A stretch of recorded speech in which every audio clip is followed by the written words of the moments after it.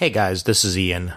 Before we get started with today's episode, I just wanted to put this in the front that we recorded this previews episode of CGS last week before news came down that Diamond was going to be halting distribution of their comic books to stores effective April 1st. So any books that were slated to go on sale April 1st or later will not be shipped to retailers at this time.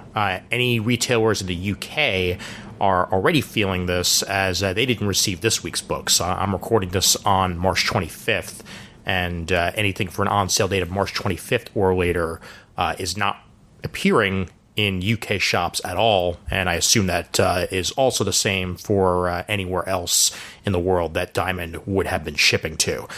Their Alliance Games distributions has been shut down as well, and anything that remains in the warehouse, that means any back issues or reorders, will still be shipped out to stores. However, they will not be shipped out immediately.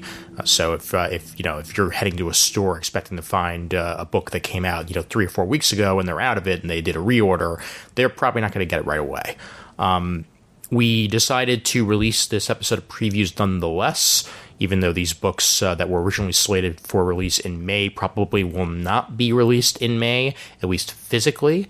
They will more than likely still find a home on digital and will eventually make it to stores. But we figured, what's better than hearing us talk about comics and things that we're looking forward to either way. So even if this stuff is not going to be released in May, we're still hyped about it, and I hope you guys are too. So without further ado, here is this month's previews episode. This is Comic Geek Speak, episode 1764, Previews.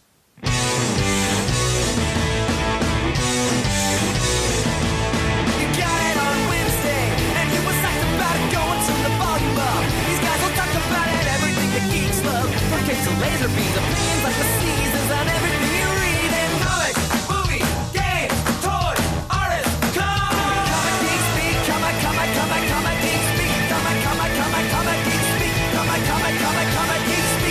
comic geek, uniting the world's mightiest heroes. This is. I'm Ian Levinstein. I'm Adalberto.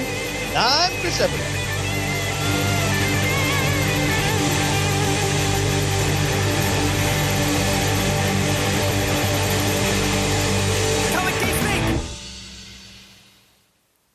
When life lets you play the whole thing out, you let it happen.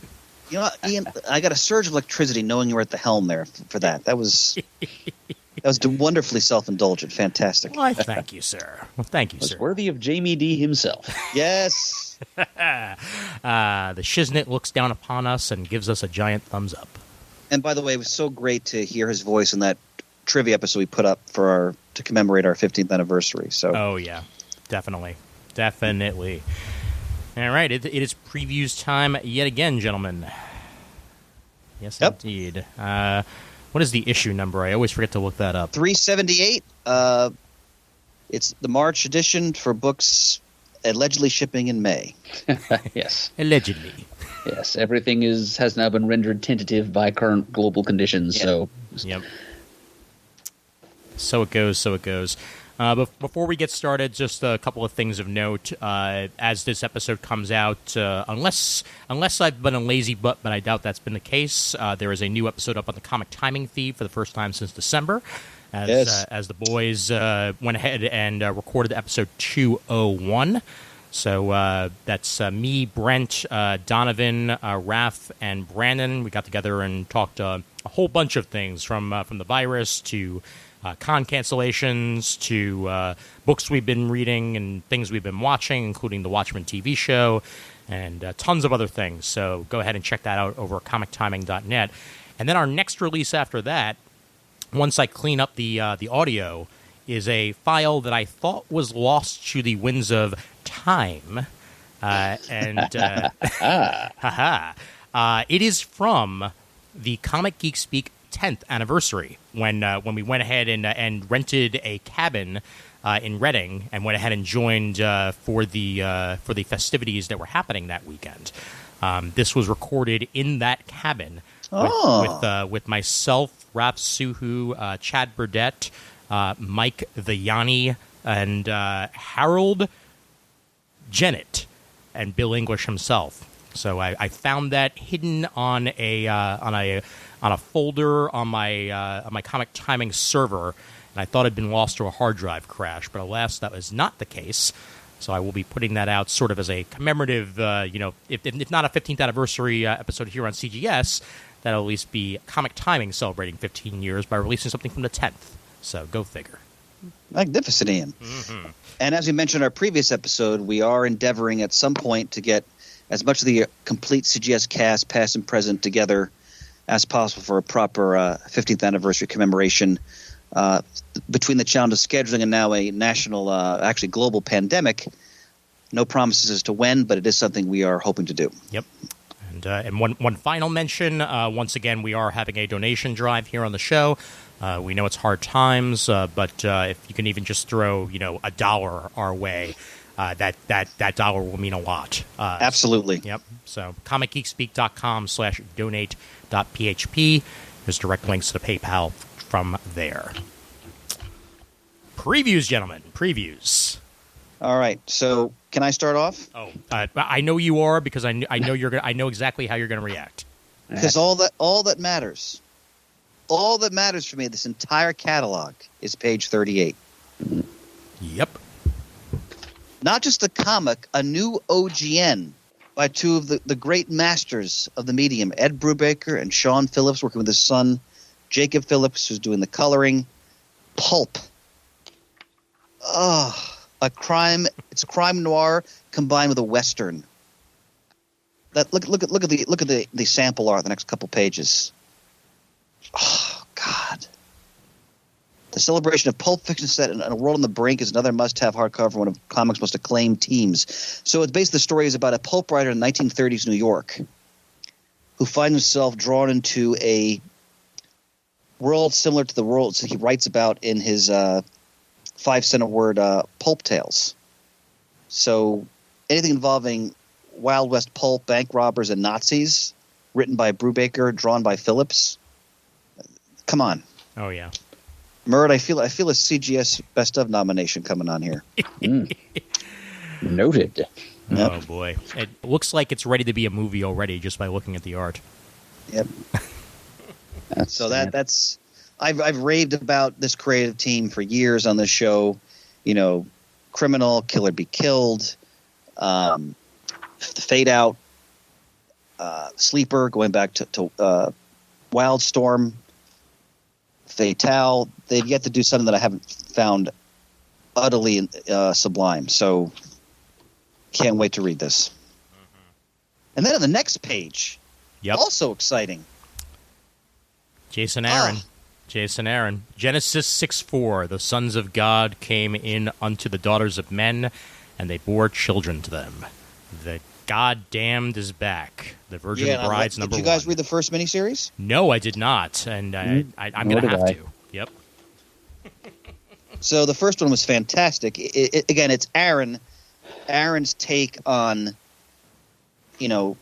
pre-Great Flood times, and people who were roaming about the earth and dealing with each other pre that cataclysm.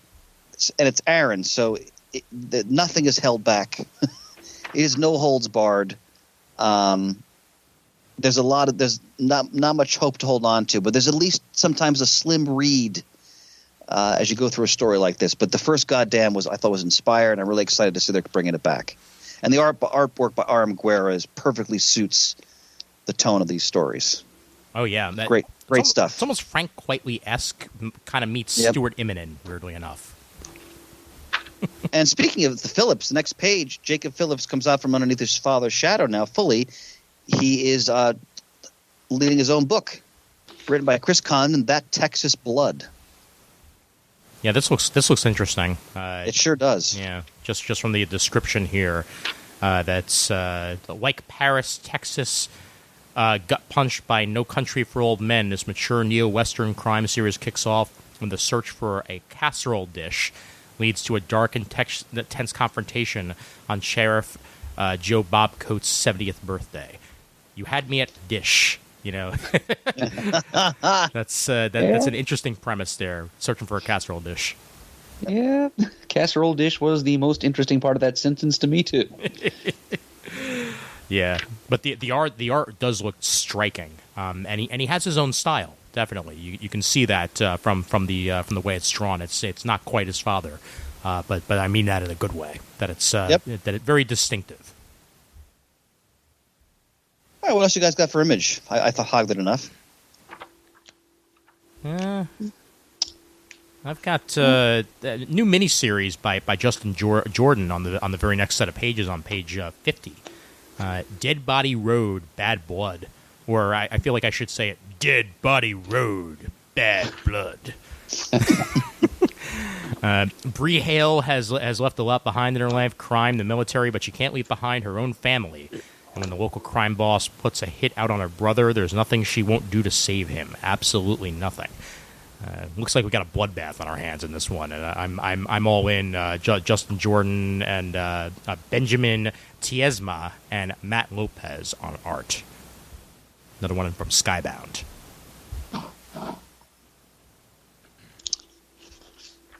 I wanted to point out on page 60, I've never read Fraction and Dwyer's OGN Last Independence, and it's being reissued here. Interesting. A character-driven desert noir that pits cowboys against mobsters. Now, any ad copy that mentions the Robert Mitchum classic, The Friends of Eddie Coyle, wow. So, and Fraction's such a great writer. I've never read this. Yeah, neither have I. I didn't even know it existed, honestly, until it was listed here. So I've heard of it, but never read it.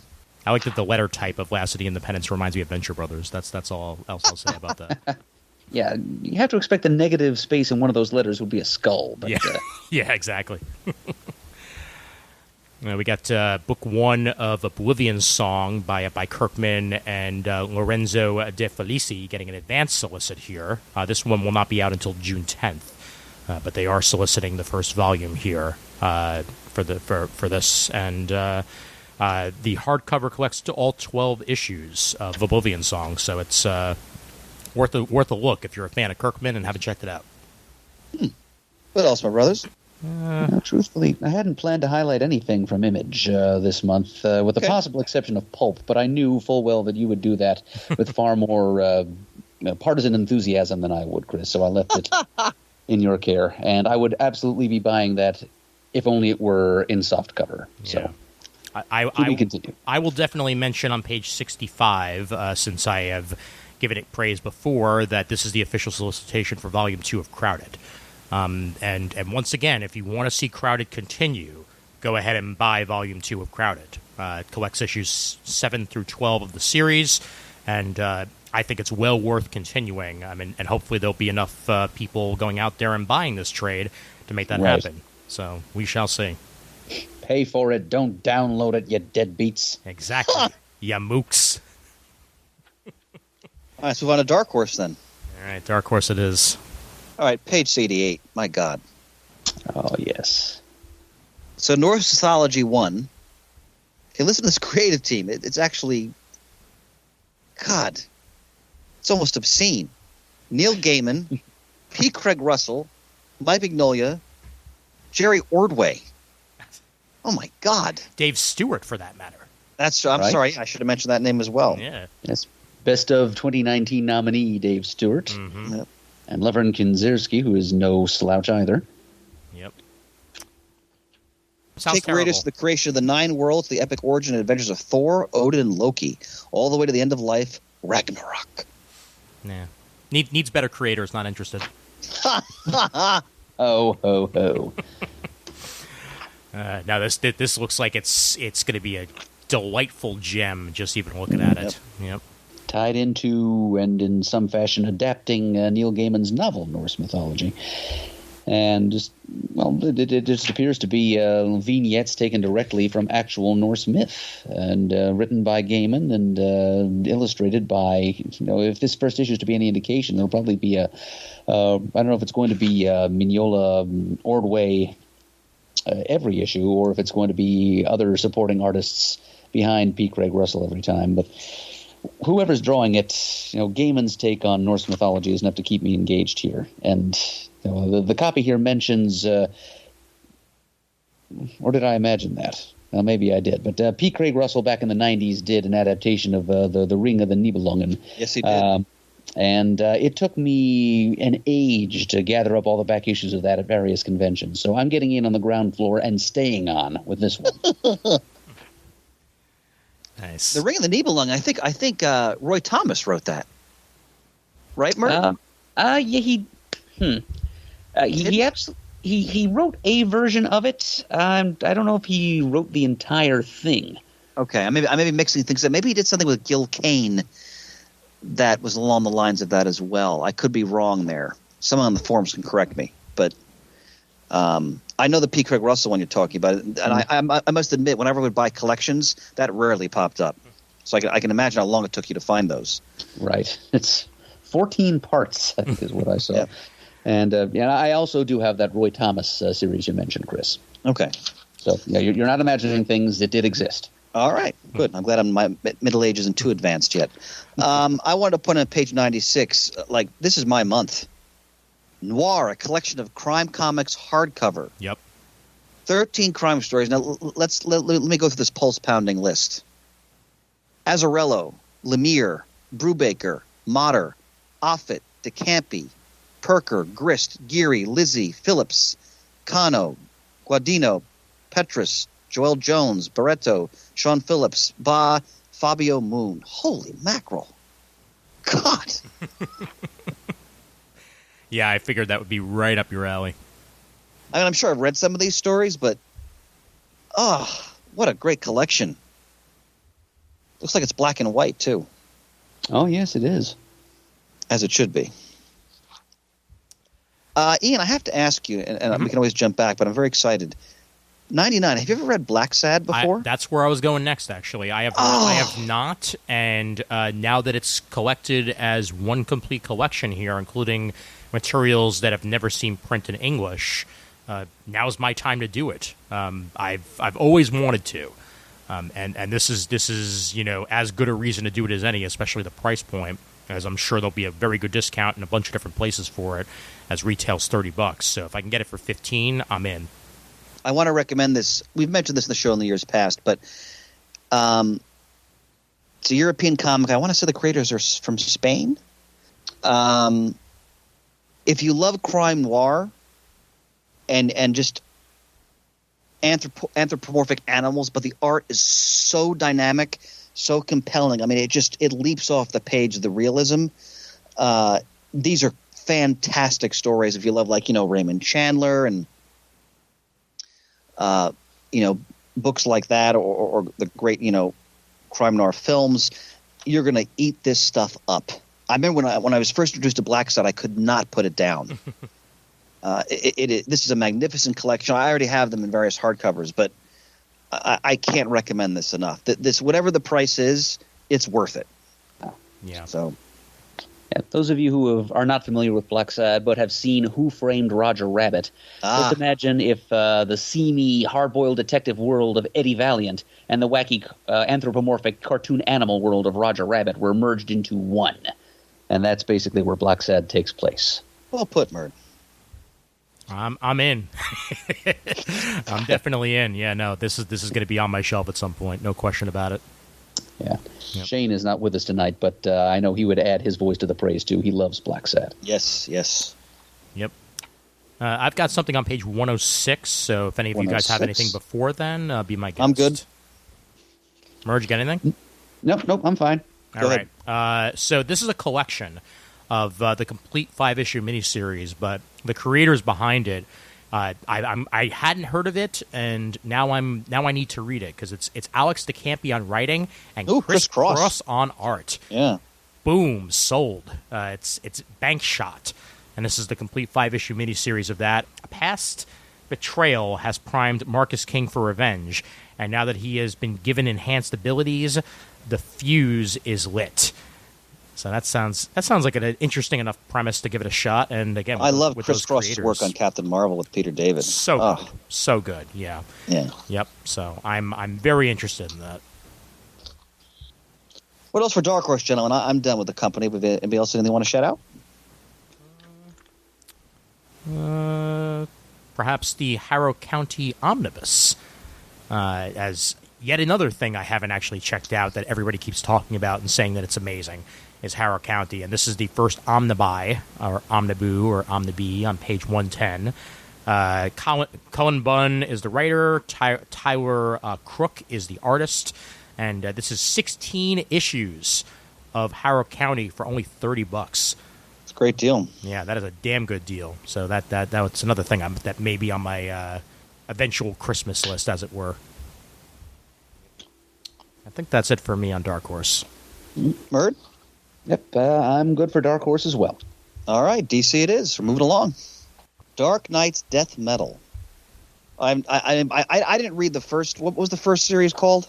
It was just called Metal. That's it. Just called Metal. I didn't read that, so I can't comment on this. Yep, first it was Dark Knight's Metal, and this is Dark Knight's Death Metal. So Okay. it gets darker. Yeah. Dark Knight's Metal was actually a good series. It was kind of a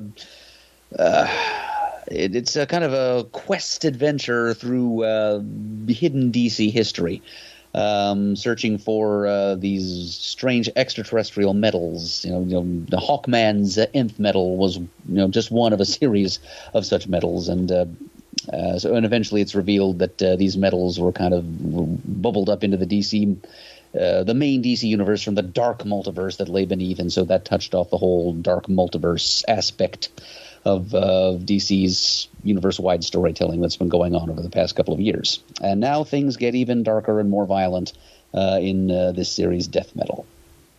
Yeah. All right. I really enjoyed the different Batman that they introduced in that. The dark versions of Batman. Especially enjoyed the merger between the Flash and Batman. That where essentially Batman decided that the only way to actually get rid of all the crime was to essentially take over Barry Allen and become the Flash, and they merged into one being, and it was creepy and scary and just new is the best way to put it. So if there's anything that creative in this new version, then I'll be in on Death Metal. All right. Yep. All right, next page we have Generation 1.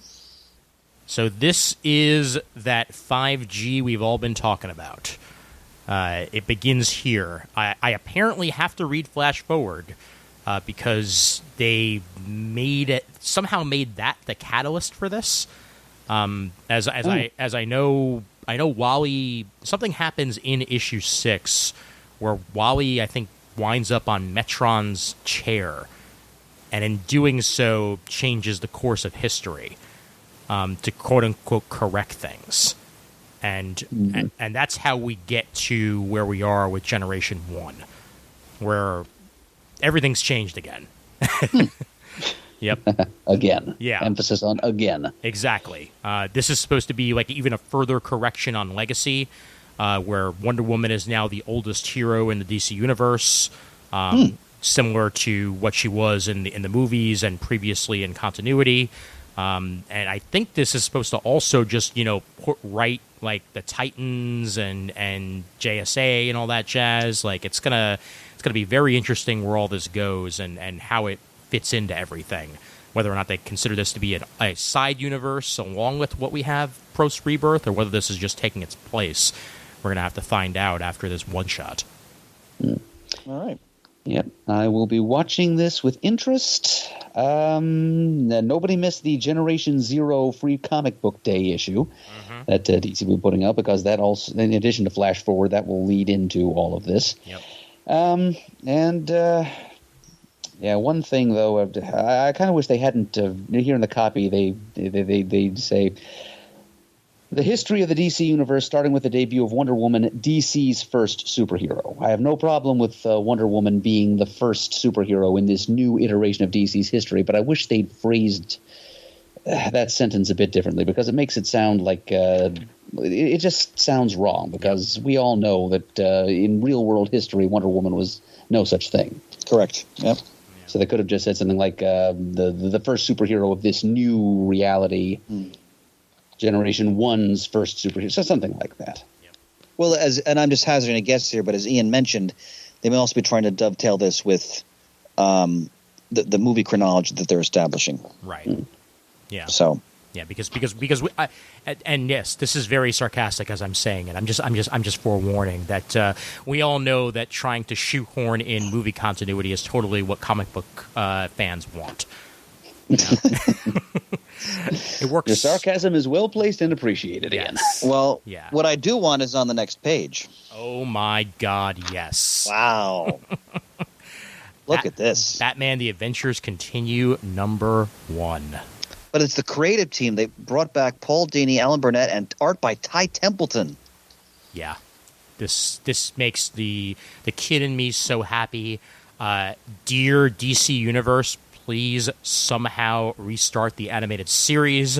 That would be delightful. But until then, this is as close as we're going to get. And I am so on board for this. Yeah, this is a wonderful idea. Yep. Yeah. And Ty Templeton did a bunch of the artwork on the previous Batman Adventures series. So That's why his name caught my eye. Yep. Yeah. I'm so interested in that. But I'm even more interested on the next solicitation, the Green Lantern 80th Anniversary 100-page Super Spectacular. As I'm akin to say, written by everyone with art by everyone. This is a huge prestige format book, but my boy Kyle Rayner's on the cover, so I'm in. All right. Yep. Ian showing the time he started to read comics when he was coming of age, when Kyle Rayner was his Green Lantern. Yes, indeed. And he still is today, damn it. I'm jumping ahead. No one has killed him off yet, and I hope they never do. They've tried a few times. Jumping ahead to page 17.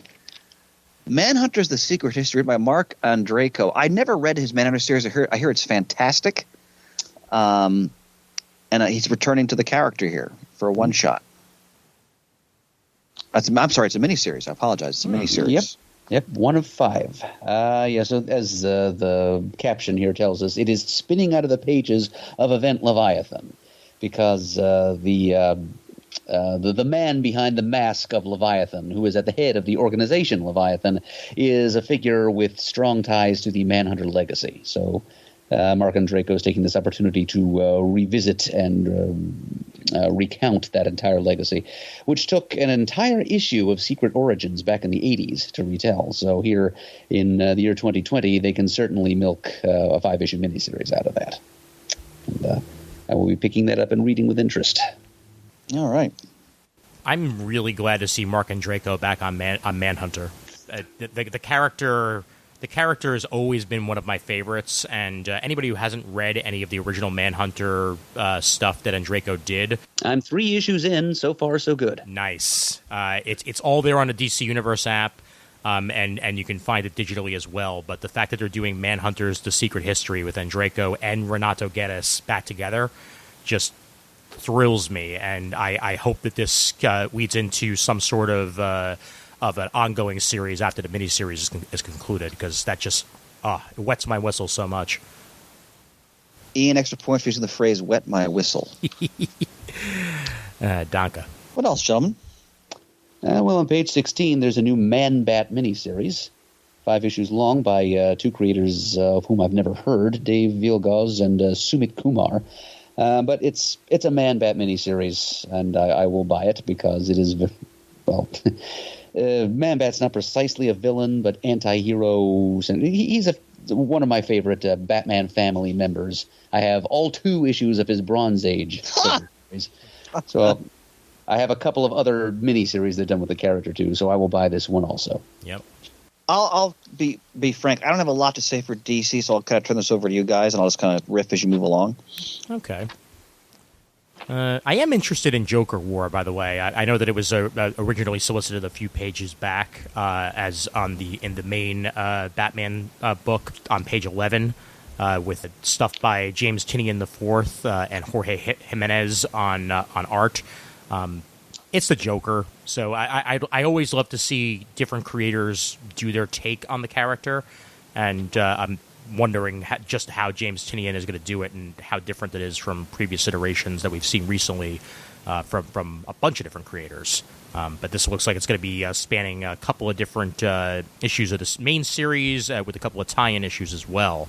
As I know that there's a tie-in issue in Batgirl for the series. And obviously Batgirl has a bit of a history with the Joker. Fair to say.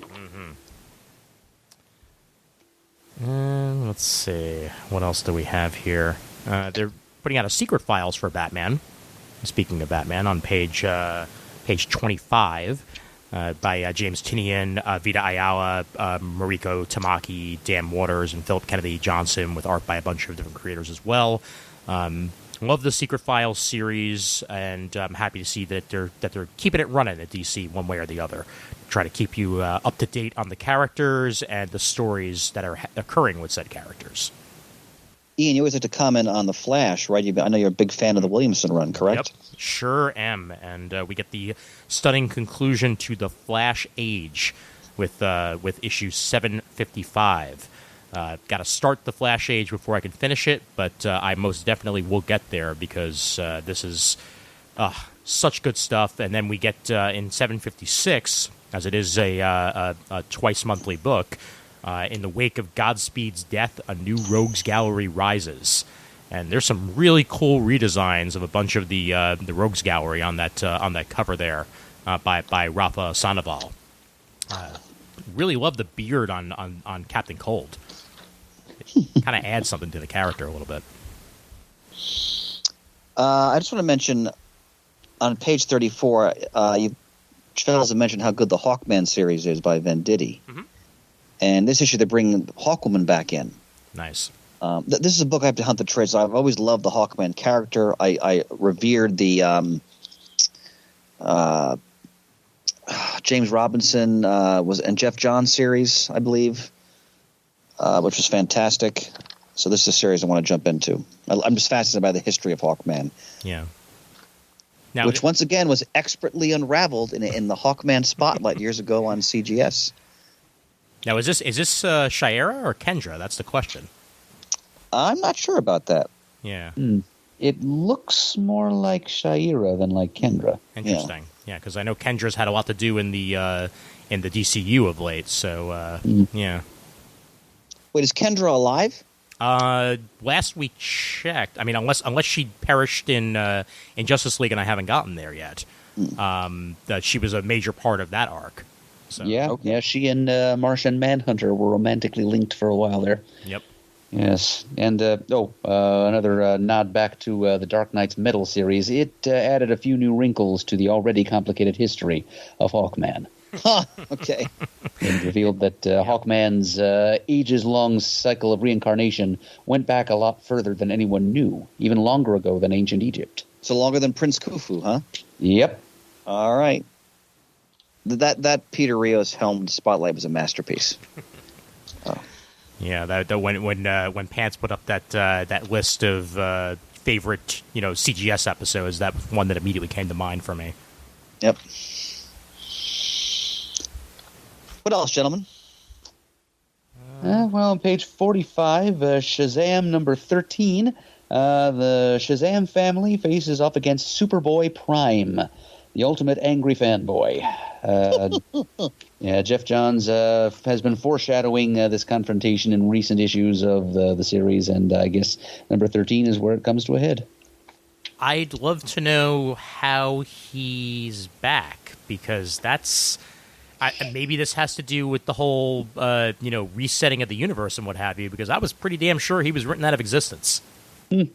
Magic, Ian. Ooh. Oh, yeah, right, yeah. It's magic. You don't have to explain it. Right. Yeah, I'm being only slightly facetious, too, because everything in the Shazam book right now has to do with magic. Right. And it's its structure and its topography and all of that. The 7 magic lands that the Shazam family is exploring. And in one of those magic lands, Superboy Prime occupies a prison cell. Got it. So somehow he survived erasure from existence, and somebody took pains to make sure he didn't cause any more trouble for reality as it now exists. But that somebody didn't take quite enough precautions, apparently, because he's back, and the Shazam family have to deal with him. Well, and I'm sure he's going to complain about how they're not as good as the old Shazam comics from the 70s he used to read in his mom's basement. I'm sure that if he does survive this, I cannot wait for the confrontation between him and Connor Kent, because they will have a lot to say to each other. They have history. Yeah. Right. That's what was going on in the Titans book just before Flashpoint hit, isn't it? Yeah, pretty much. Yep. Yeah. I mean, I know when Connor, quote unquote, died, it was at the hands of Superboy Prime in the first place. So yeah, they have a big bunch of stuff to discuss, I'm sure. Right. I would kind of like to see Bendis play with the Superboy Prime toy. Yeah. Absolutely. Speaking of Bendis, for Shane's sake, we should mention on page 48 that Kevin McGuire is doing the art on Superman 23. Yeah. Ooh, I missed that. Nice. Very cool. Always love seeing him on anything. And, magnificent artist. Yeah, he's going to work well with Bendis. One of Shane's favorites. One page before that, by the way, just a quick shout out. This is yet another conclusion to a Supergirl book. This is Supergirl number 42, and it's going to be the conclusion of that title.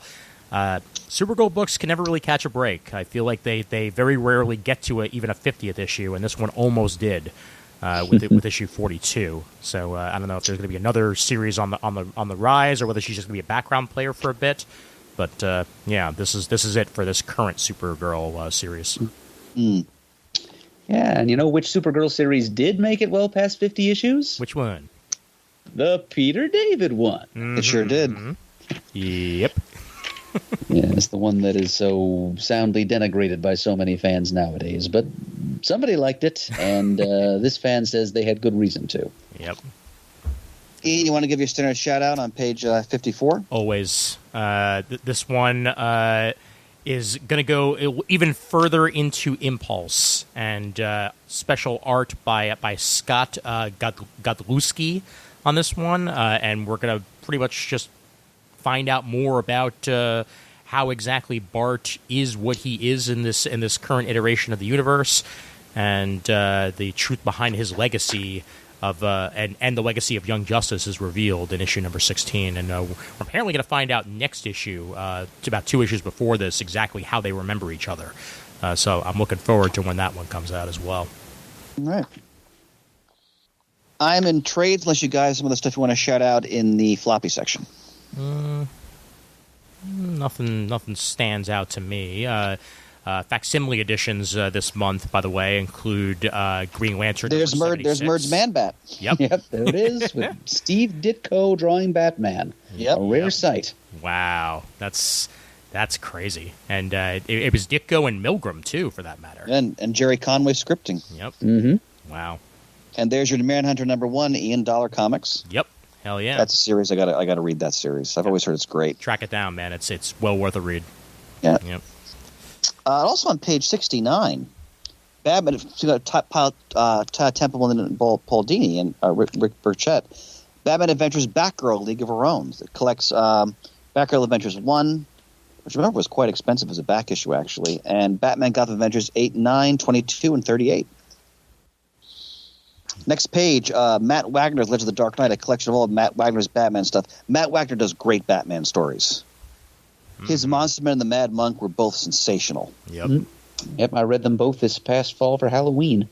I love Bird. Yes, good stuff. Good stuff. Very good. I'm glad you enjoyed it. Atmospheric. Yes, good word. Yep. We have the collection of Dark Knight Returns The Golden Child on page 73. So anybody who was waiting for Miller and Raphael Grampa's Dark Knight sequel to the sequel to the sequel, That one is now out in hardcover form. Trade TBD as to when the softcover will be released. I didn't even know this existed. I totally missed this. Yeah, I knew it was coming out, and I'm pretty much the only reason I'm interested is the Raphael Grandpa art, because Grandpa's a terrific artist. But I may just have to flip through it and see whether it catches my eye story-wise, because again, I've long since been done with the Dark Knight Returns universe, so we'll see about that. And I have to mention for Shane on page 79, Justice League International Omnibus Volume 2, Giffen, DeMatteis, Sprouse, McCone, Marshall Rogers, Jack Robinson, new cover by Kevin McGuire. Immensely fun stuff. I have on my shelf the Justice League International Omnibus, which I still have to read. I haven't read all those stories and I have to sit down with Shane and talk about it. Page 76 collects Flash Forward. So anyone who was waiting on it, like myself, will be able to get it in trade form, and hopefully my local library will get it, so I don't even have to spend money on it. Because if it stinks, I don't want to. But we'll see. I wanted to point out, I'm jumping ahead a little bit on DC's copying Marvel now, on the different page numbers. On page 85, graphic novels for kids, a box set, and graphic novels for adults, a box set. Fantastic. Nice. Always like to see that. Yes, very much. Mm-hmm. And we're also recollecting some classic Nightwing, the Year One stuff. Nightwing Year One Deluxe Edition by Scott Beatty and Chuck Dixon. Art and cover by Scott McDaniel and Andy Owens. I remember that being excellent. I really enjoyed that when it was coming out, and happy to see it collected. Anything else for DC Brothers? It's a couple of interesting trades on pages 82 and 83. On 82, we've got the Kyle Baker run on Plastic Man from the early 2000s, all 20 issues of it in a hardcover. I want to see some interesting visual interpretations of Plastic Man from Kyle Baker, whose loose, indie-fied imagination allows him to do some more imaginative things with Plastic Man than a lot of other creators. Baker himself complained in interviews that most people who drew Plastic Man didn't do anything more with him than make his neck get longer. So Kyle Baker challenged himself to really exploit Plastic Man's power set visually as fully as he could. So judge for yourself how well he did by picking up this hardcover. And on page 83, we've got a complete collection. Well, it's not complete, but the first volume of what I hope will be a complete collection of the Super Friends tie-in comic from the 70s, written by E. Nelson Bridwell, a favorite of mine, and others. Art by the great Ramona Fraden, Rick Estrada, and others. It collects the first 26 issues of the Super Friend comic and some of those a couple of stories from those big tabloid editions that DC was doing in the 70s. And the ultra-rare Aqua Tears meet the Super Friends #1. I want to say that's like a SeaWorld giveaway. Wow. So, yeah, there's a couple of rarities in there. Oh, my God. And, yeah, these were good underrated DC-derived stories. You know, they weren't part of the main DC Universe continuity, whatever that was in the late 70s, but... yeah, there's some good fun stories by E. Nelson Bridwell, one of my favorite writers of the Silver and Bronze Ages, who also was responsible for the most of the run of the Shazam series of the 70s and early 80s. And yeah, I treated myself to the first issue of this, which I bought at an antique mart for my birthday this year. So now DC has given me a way to pick up another good-sized chunk of that run in a single package. Of course, it is a hardcover, so I may need to wait a little bit until Volume 1 of this comes out in softcover. I can hear that narration in my head right now. All right, that's it for DC for me.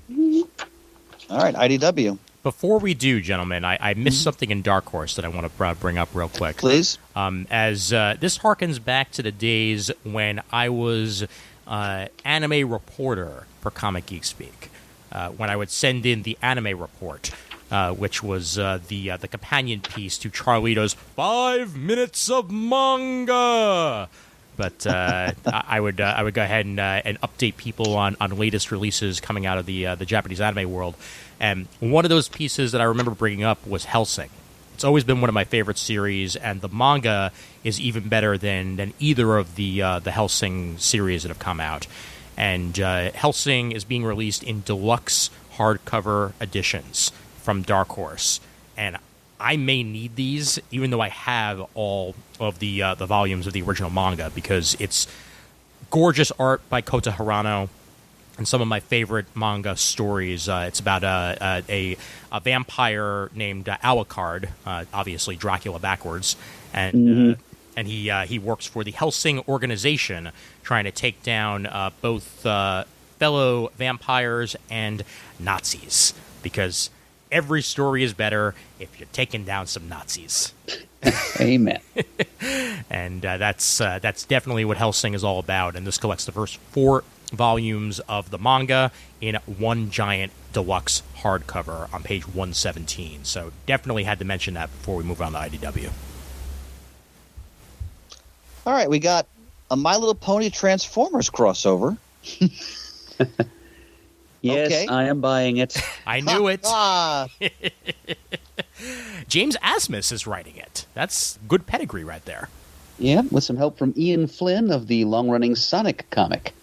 Nice. Very cool. Yeah, they've got literally all 4 issues of it solicited here, so it's all coming out in a month from the looks of it. Yep. on page 140, every month I'm in awe of the covers for the Star Trek Year 5 series. If the stories are half as good as the covers, this has got to be amazing Star Trek. As I mentioned in the previous episode, I love the Valentine one-shot I just read. I may have to pick this series up when it's collected. Mm-hmm. Because, wow, those covers are phenomenal. Oh yeah, no, every single time, it looks like a movie poster. It really does. Yeah, they're really impressive. Yeah, 132. IDW. I may not have liked the movie very much, but from the cover, if the art is anywhere near as good as the cover, then I may have to flip through this and see if it's worth it. Star Wars: The Rise of Skywalker graphic novel adaptation out of IDW. Written by Alessandro Ferrari with various artists. And this is supposed to be just going through the entire story of the movie, probably with some added bits like usual. And maybe they'll flesh out Rey's story even further in this one. Well, we shall see. So, yeah, Star Wars: The Rise of Skywalker graphic novel adaptation, 132. Page 146, I'm just going by the art. Sea of Stars 1 of 5, writer, forgive me if I mispronounce this, Rich Dweck, artist Alex Cormack. The art is amazing. It's an undersea salvage adventure in the North Atlantic after World War I. They're salvaging a sunken U-boat. The darkness of the ocean floor holds deeper terrors than any of them have bargained for. Look at that art. Oh, wow. That is breathtaking. That is pretty cool. Yep. Yeah. Yep. Speaking of breathtaking artwork, turn back one page to pages 144 and 145. Mm-hmm. We've got a miniseries called Bermuda coming out, written by John Layman, who I believe brought us Chew a few years ago, and with artwork by Nick Bradshaw, who had some things in the works for Marvel a couple of years ago. I think he did some art for the Infinity Wars miniseries that Marvel did. Yep. Yeah, there's some really lush visuals there. It's about a young woman named Bermuda who lives on a lost island in the Bermuda Triangle where all kinds of fun adventure anachronisms exist. You know, it's dinosaurs and dodos and things like that, along with plenty of lost ships and planes and things, as you'd expect of the Bermuda Triangle. So it's a 16-year-old girl having adventures in the midst of all this, and Nick Bradshaw drawing it all for us. And I think I will pay for 4 issues of that. Yeah, I'm definitely picking up the collection of this. Bradshaw's one of my favorite artists. His Wolverine and the X-Men run was awesome and filled with like such exciting, dynamic artwork, and just him getting to draw dinosaurs after all that Krakoa he drew back in the day. Oh yeah, this is gonna be perfect. All right, I gotta. Oh. Page 152. Oh. Oh. Man. So, Oh, I wow. mentioned the show over the years how big a fan I am of the Bill Mantlo, Michael Golden Micronauts stories from the late Bronze Age. For those listeners who are not familiar with, the Micronauts was a relatively short-lived toy line that came out in the latter 1970s. They were very small toys. And they were like modules, they had different vehicles and things that clicked together and so forth. And Mantlo saw the toys and he convinced Marvel to get the license. And he came up with this entire universe based around these toy concepts, took them in a much greater direction than the toys had gone. And the early issues are all Michael Golden art. I mean, I think these books sometimes get underlooked and underrated. This is some of the most exciting comics of the late 1970s. The art is amazing. The stories are immensely fun. Plus, the Micronauts, when they cross over from the Microverse to the Marvel Universe, they're still tiny. So they have to deal with that. As you can see, where they're about to be run over by a lawnmower on the cover of the artist edition. This collects issues in their entirety, 3, 7, 8, 9, 11, and 12. If I had money to burn, I'd get this. I love Michael Golden's work, and these early Micronaut stories were just. If you grew up you're growing up in the late 70s, you love Star Wars, you love Battlestar Galactica, Buck Rogers, all that stuff, you're going to dig the Micronauts. The Micronauts crossed over with the X-Men at one point, right? Yes, they did. Yes. Yeah, that's what I thought. The series ran well into the 80s. Yeah. Golden was only on it early on, but that was Bill Mantlo's baby. Nice. The next page. Whew. So the late great Darwin Cook, he interpreted many of Richard Stark, A.K. Donald Westlake's classic Parker novels, and this is collects The Score and Slayground. The last two I think he did. What's most important, I can't afford this. What's most important here is there was this brand new 17-page story by Brubaker and Phillips. Oof. God. I don't have the $100 for that, but oh Man, God, you are lucking out on Brubaker and Phillips this month. yeah, I can't swing that one. But Yeah. wow, I bet that's them doing Parker. Oh God, Well, that's gonna be amazing. I have some good art to look forward to if I go ahead and pick up on what's on page 158. Godzilla: The Half-Century War. Look at that cover. That's a great cover. Oh Yeah, my God, James Sticco that is a great cover. Yeah. on writing and art, following one man's journey from the moment Godzilla's reign of destruction begins and continues over his lifetime, one battle after another. Damn, that looks good. That's a Yep. really exciting visual of Godzilla. It really is. Yes, that is a good miniseries, and I've been trying to give away a page of original art from this series as a Muddle the Murd prize for what feels like months. But it's a prize worth having, folks. I mean, I picked up this miniseries when it was first published, and it's not only is Stocco's artwork amazingly detailed, and he draws fine monsters. He's Dave Wachter and Art Adams class. Oh, And yes, I do mention those two men in the same breath because it's deserved. But it's a great story too. It's Godzilla through the ages, as seen through the eyes of kind of Godzilla's own Phil Sheldon from Marvel's. As we touch on all the different eras of Godzilla filmmaking in comic book miniseries form. Just the impact that Godzilla, in all his many incarnations over the past half-century, have had on the life of one ordinary man who becomes obsessed with him. Godzilla becomes this guy's white whale. So, yeah, it's a great story, great illustrations. Just give it a look. And if you want to try to win that page, go ahead and send your Muddle the Murd submission to comicgeekspeak@gmail.com. Make sure to put Muddle the Murd in the subject title. And make sure to have it be Marvel, DC, or Independent. And it's, what years again, Murd? What are we doing? Pre-1970, Yep. between 1970 and 2000 inclusive, and post-2000. And don't forget to include the answers to the 3 questions you're asking. Yes, indeed. Yep. comicgeekspeak@gmail.com, and you could win that page. All right. Ian, that was great game show host. Fantastic. It was, yeah. Why, thank you. All right, guys, I'm nearing my family mark, unfortunately. Well, fortunately and unfortunately. So can I just shout out a few things, and I'll leave the rest in your capable hands? By all means. Yeah, I don't want to hog too much. Just a couple things. For for Marvel, just a few things I wanted to mention. One, I mean, a lot of it's just the Empire miniseries, which we'll talk about when it comes out. But are you guys going to get Empire #1? I'm going to give it a shot, yeah. I'm going to at least try #1 so we can talk about it. But what I'm really fascinated about, I think is a great idea, is on page 32 of the Marvel catalog, Giant Size X-Men Tribute to Ween and Cockrum #1. So they're taking the classic, this is where they introduced the new X-Men, of course, in 1975, I believe.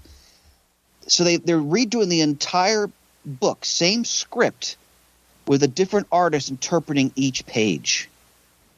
What a fantastic idea. Wow. That looks wonderful. Wow. That sounds awesome. Yeah, so if you're an X-Men fan, that's something I think it's going to be well worth checking out.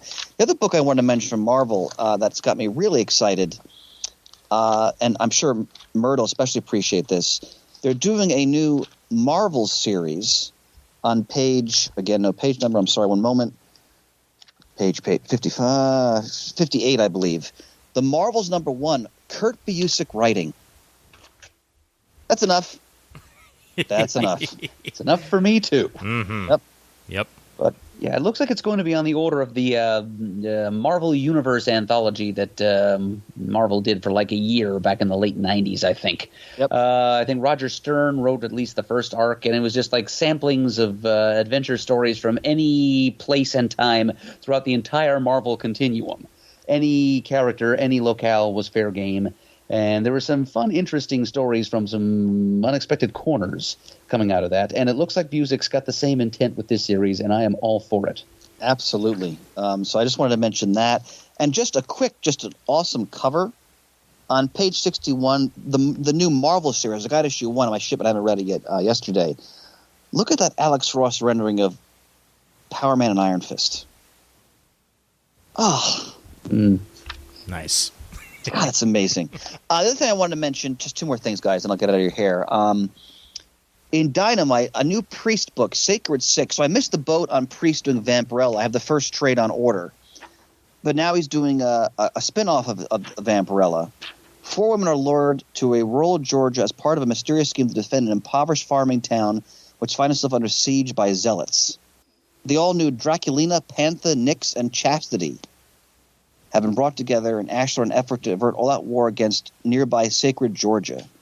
It's Priest. I'm so excited to check this out. I'm really looking forward to getting that Vampirella trade. So I'm very excited about that. The last thing I wanted to mention, because it's mandatory, is Tomorrow's. So I'm jumping ahead to page 376. Okay, first of all, Retrofan Magazine number 10 celebrates 50 years of Shaft.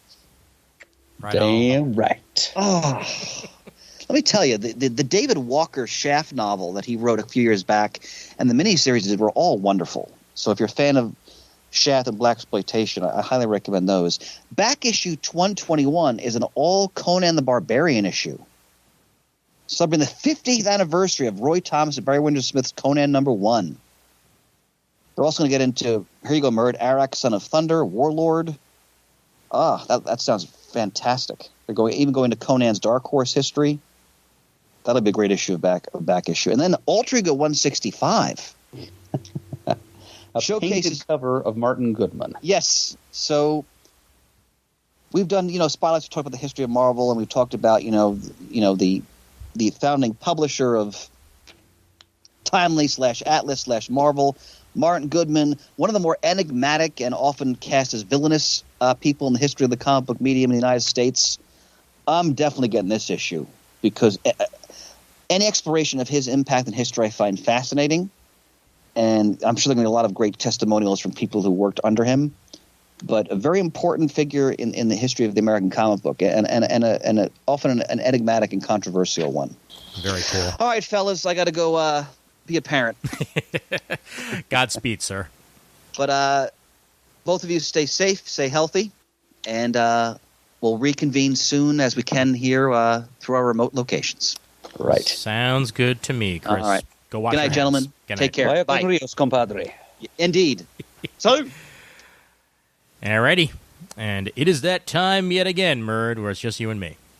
All right. Let's Pack up our comics in our old kit bag and podcast. Heck yeah. I got a little bit more out of IDW. 159. I'm sure that if Chris was to stick around, he probably would have mentioned this.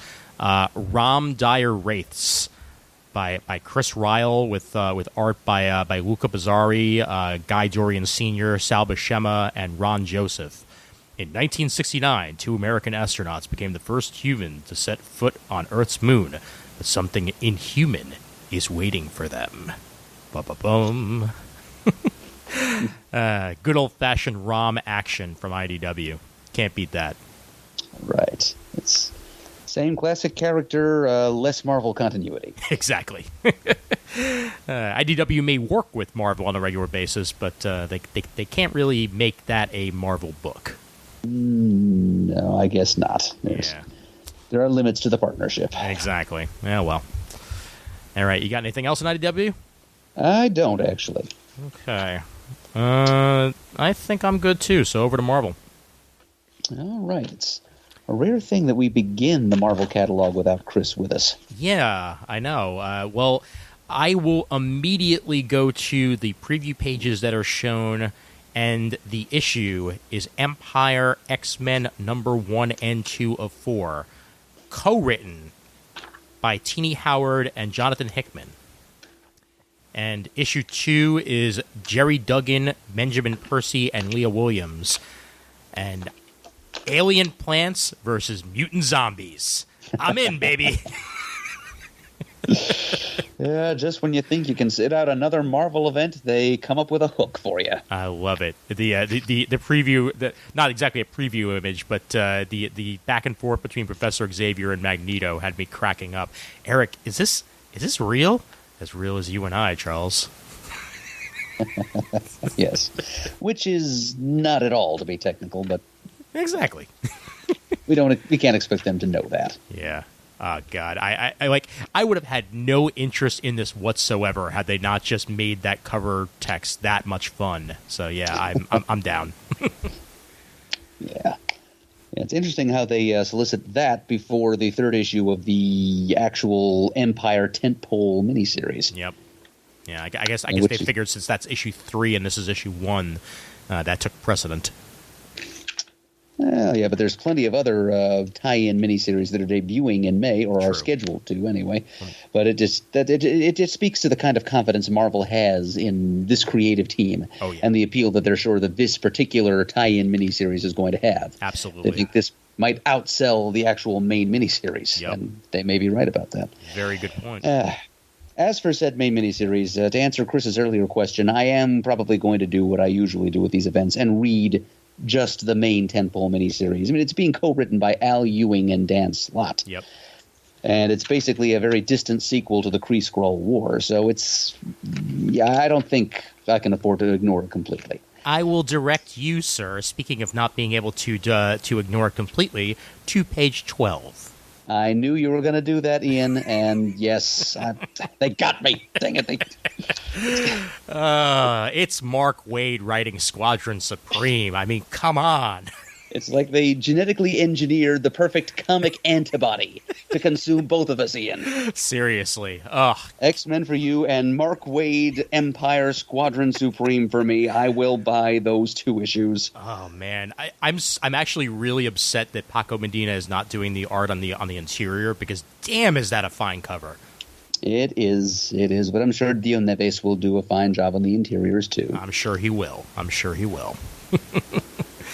As for the rest of Empire, bunch of Jim Zub stuff for the Avengers that'll probably wind up skipping. Ed Brisson on Empire Ghost Rider, which is interesting. And I think that's just regular Ghost Rider as opposed to Celestial Ghost Rider, which they've been throwing around.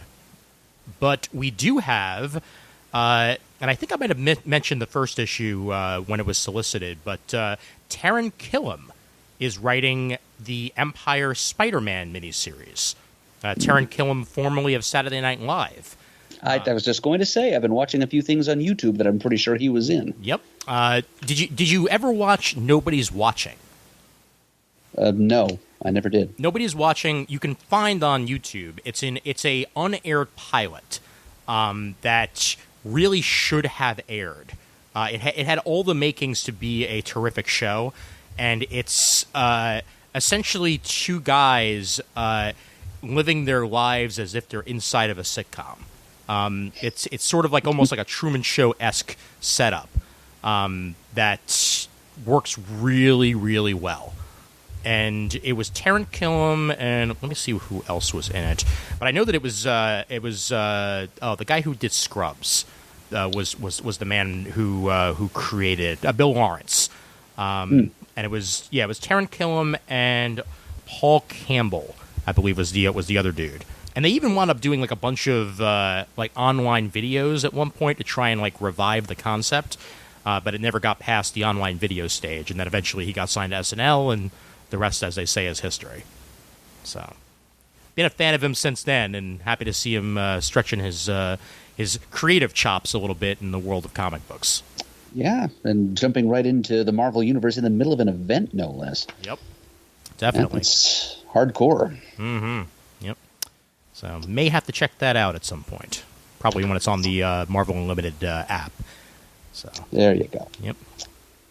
And something else that they're saying is loosely tied into the Empire event, but is interesting in its own right, is this on pages 18 and 19, The Union, a 5-issue miniseries featuring a new team of British heroes based in the Marvel Universe, written by an actual British person, Paul Griffiths, who also brought us the Jack Staff series and Mudman and Kane and some Judge Dredd stories and a bunch of other stuff. He's an authentic British import. And this new team consists of the well-known Union Jack character and a bunch of other characters, I think, that are making their first appearance for this purpose. A female character called Britannia, who I guess is supposed to be like the embodiment of the spirit of Britain. Interesting to see her clash with the new Betsy Braddock, Captain Britain, and some other characters named Snakes, the Choir, and Kelpie. So that's if you're a fan of Paul Grist's earlier work through Image and elsewhere. He's doing something for Marvel here, a team of new British Marvel characters. I hope this is just as good as Paul Cornell's Captain Britain and MI-13, because that's kind of the vibe that I get even thinking about it. Maybe a little bit more mystical of a series than we'd normally get out of superheroes. Yeah. And Paul Grist has kind of a different sensibility about his work than Paul Cornell does. It tends to be a little grittier and more down to earth. But we will see. Mm-hmm. We shall see indeed. Return of the new Fantastic Four and Fantastic Four number 22, as we get Hulk, Wolverine, Ghost Rider, and Spider-Man back together again. Okay, there's your Paco Medina interiors. Yes, indeed. Yep. And if you're curious about the art of Nick Bradshaw, who's drawing that Bermuda miniseries for IDW, here's a bigger example, because he's drawing the cover for this issue, and looks good. It does, yeah. Yeah, no, Bradshaw's always been very dynamic when it comes to covers, and that's mainly the work he's been doing the past couple of years. So outside of the interior work that we mentioned, that's where you'll find him. Right. So that's just one more reason I'm excited for Bermuda, to see 4 full issues worth of his stuff. Yep. How about that cover for X-Men number 11 on page 21? Lionel Francis Yu, all those skulls with Magneto in that striking pose. Yeah, it's odd that he's taken to wearing white nowadays. Yeah, he's been that way since the Bendis run. It works for him, but at the same time, I do miss the purple. Yeah. Maybe he's trying to stress that he's on the side of the angels these days, at least in his own mind. It's better than having a giant M on his chest. Right. Yes, and that was a phase he went through, folks. Yep. Mm-hmm. Back when he was the head of the New Mutants. Well, the headmaster, at least. That's right. I wasn't even thinking of that time, but yeah. Yep. Yeah, I was thinking even further back. The period of John Byrne's X-Men: The Hidden Years. I think he had kind of an orange outfit with strange wrist units and tubes attached to them, and I think there was an M in there somewhere too. Yep. Yeah. Good point on that one. Yeah. Now, I've been once again picking up Jay and Miles Explain the X-Men for my my X-Men history needs, and dear God, I made it to the 90s. They just had the introduction of Cable in the episode that I was listening to, and that was a thing. It sure was a big, veiny, tiny-footed thing. Oh yeah. All right, now for a little while there, before before the United States got more serious about the coronavirus situation and my play got postponed, it was looking like I wasn't going to be able to participate in this episode, and Ian asked me to send in any things that I wanted him to highlight in my name in this episode. Yep. The first thing I thought of was the miniseries being promoted on pages 24 through 27. Oh, yeah. A 5-issue Juggernaut miniseries brought to you by legendary ex-scribe Fabian Nicieza and legendary artist Ron Garney. 5 issues of Cabe Marco. I love the art we're seeing here. It's a villain-centric miniseries. A couple of great creators. I'd love to see Fab Nick do a Kane Marco solo story, and here I will. This miniseries is going to be unstoppable. I adore the fact that it's Nicieza and Garney. I'm pretty sure they've worked together a couple times in the past, possibly even for Marvel. But Garney is the perfect artist to draw Juggernaut, and I'm in on this. This is going to be great. Yeah. I even love the logo design. They managed to incorporate the crimson gem of Sidorak into it. Nice. Yep. Yeah, right there on the R. Yeah, that is a definite buy. Yep. Giant Size X-Men Phantom X #1 by Hickman and Rod Reese. Didn't know that Phantom X was going to be one of the characters he was going to be focusing on, but well, here he is, and I will be picking this up, because it's straight up Hickman, and it's that crazy-ass character, Phantom X. Right. Enough It's said, Hickman really. playing with one of Morrison's favorite toys. Exactly, yeah. And the man that, through the process of Rick Remender's X-Force series, gave us a young child version of Apocalypse. So, he's done a lot of fun stuff over the years. Got a bunch of ongoing series that we discussed already. On page... what's the actual page number? 34. Speaking of Giant Size X-Men. Giant Size X-Men Tribute to Ween and Cockrum. #1. If anybody deserves a tribute issue, it's Len Wein and Dave Cockrum.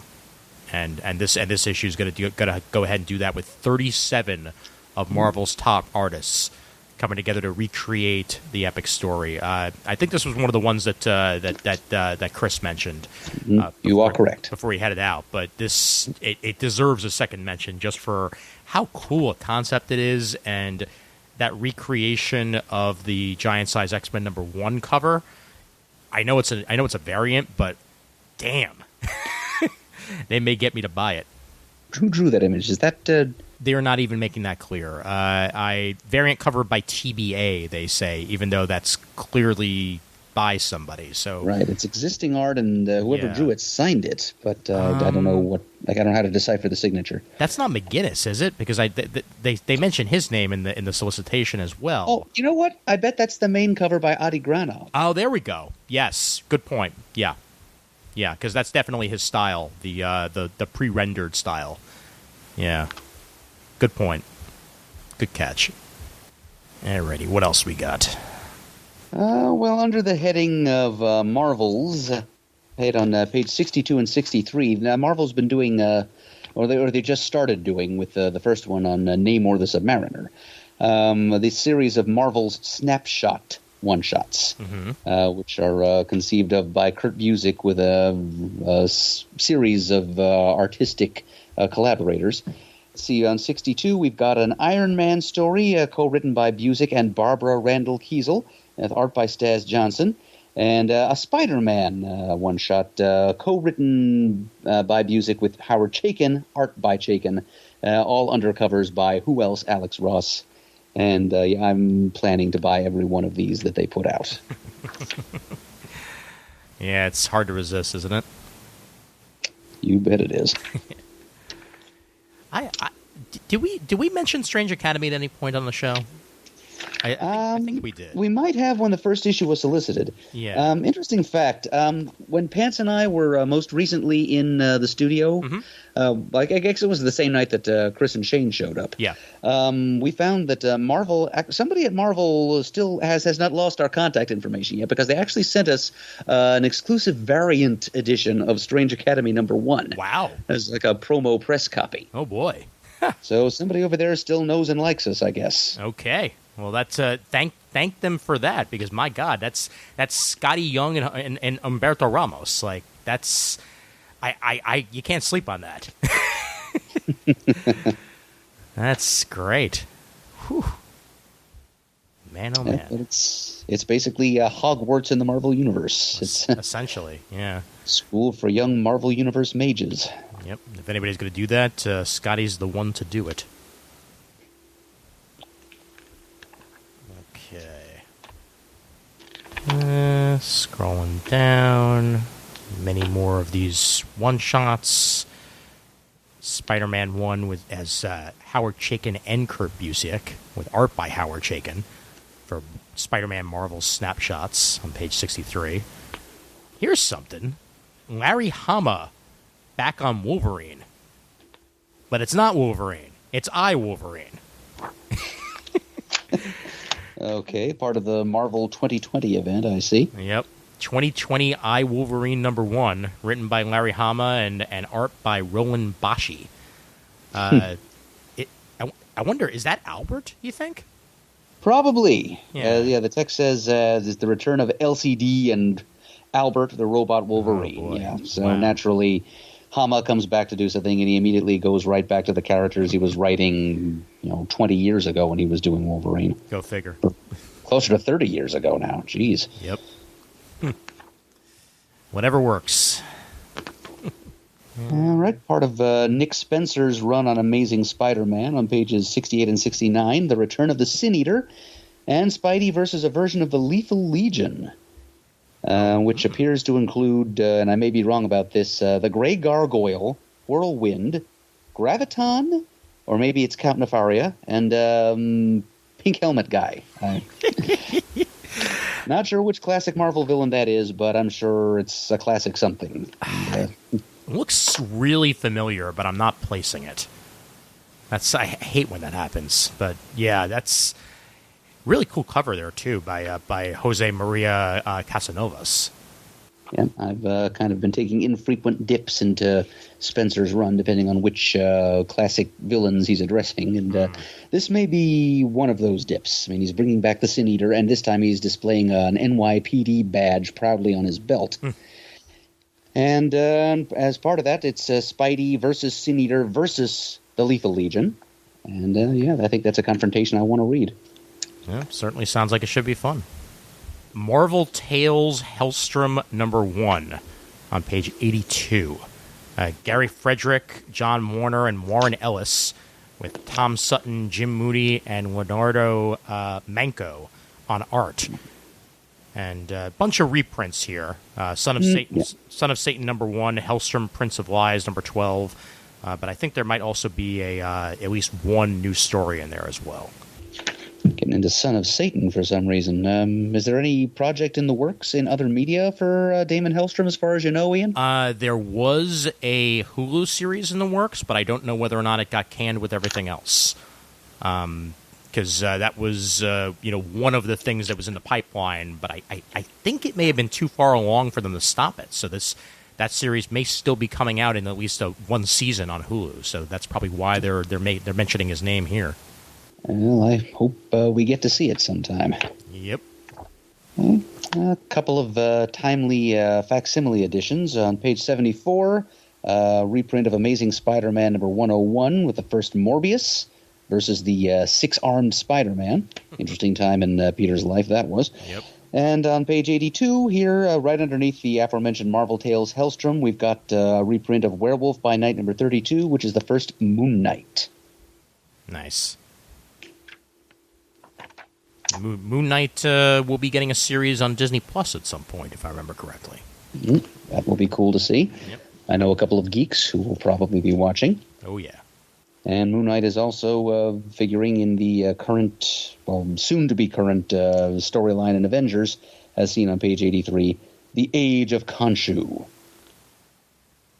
Nice. The Avengers find themselves in kind of a Kulan Gath scenario, except this time with Moon Knight and ancient Egypt rising from history and overrunning modern-day New York. So I can go all the way down to page 96, so if you got anything else in between there, be my guest. I don't believe I do, so take it away, Ian. Okay. Chip Zdarsky, Chris Sprouse, Daredevil Annual #1, with a cover by Chip Zdarsky that is frickin' gorgeous, of Matt Murdock in the boxing gear, ready to fight, and it's weirdly titled "One More Day." Ah, yes, there's a great deal of significance attached to those three words in the Marvel Universe. So, I'm hoping it means he gets... I'm glad you mentioned that, Ian, because I hadn't noticed Chris Sprouse was doing the art. You may have at least convinced me to give that a look on the shelf. Nice. Yeah, I don't think that's the One More Day they're going for, but Marvel should kind of know better to ever use that term again. Yes, its radioactive half-life has not yet elapsed. Exactly, yeah. I think this is one more time in the boxing ring for him to try and perhaps, since his father was one, maybe go in there and face one of his father's old rivals or something like that, but I guess we're going to find out. Or maybe they are leaning right into the significance of that. Maybe Mephisto is actually offering Matt Murdock a deal of some kind that he may or may not accept. Oh, boy. We'll just have to find out. Mm-hmm. I hope that's not the case. Me too. How to Read Comics the Marvel Way, #2 on page 101. Most awesome cover ever. The end. It is pretty cool. Yep. Spider-Man in the middle panel there. Little help.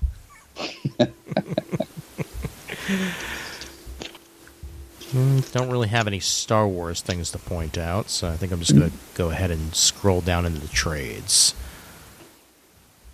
Sounds good to me. All right. The Marvel art of Adam Kubert is on the first trade page of 112. And talk about a man who has done pretty much everything over at Marvel. This is going to collect some of his Ultimate X-Men, Ultimate Fantastic Four, Astonishing Spider-Man and Wolverine, and Avengers vs. X-Men, and his Wolverine and Uncanny X-Men stuff. Man's a great artist, and he's had an illustrious career, and here's a whole bunch of it for you in one hardcover.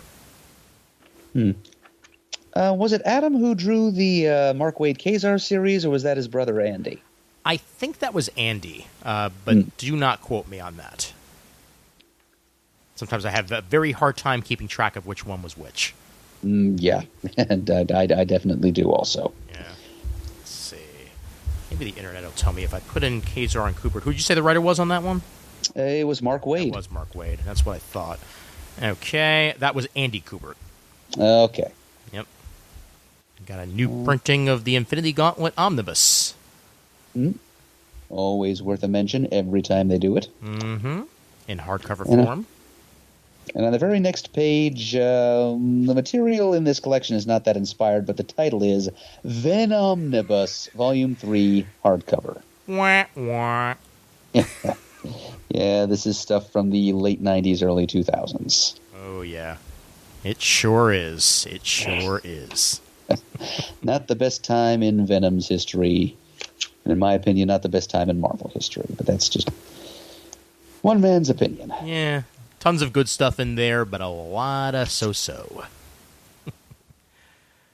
War of Realms omnibus hardcover coming out as well, so anybody who slept on that and wants it in giant size form, this will be one way to do it, and it's going to include a bunch of the tie-ins as well to try and flesh out the story a little bit. Something that may be of interest to Marvel Cinematic Universe fans in the near future on pages 118 and 119. Yep. The Eternals, the Complete Saga Omnibus hardcover, collecting a whole mess of Jack Kirby's Eternals, written and drawn by Jack Kirby himself and by a slew of his successors. So 19 issues of the Eternals ongoing from 76 on, a 12-issue Eternals maxi series from 1985-86, a couple of one-shots, a storyline from the Avengers series from the I think early 80s Roger Stern run, even some what-if stories. Nice. 7 issues worth.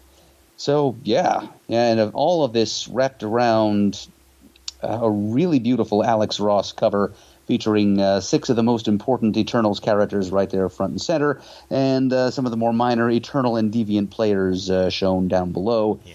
God, that's gorgeous. That coloring easily makes that one of my favorite pieces of Alex Ross art ever. It's just so striking, and the poses are great. It's so beautiful. Yeah, so everything you need to know and more for the upcoming film. This is the material. Yep. And then anybody who's looking forward to the Morbius series has a Preludes and Nightmares trade paperback to look forward to catch up on a whole bunch of his stuff over the years.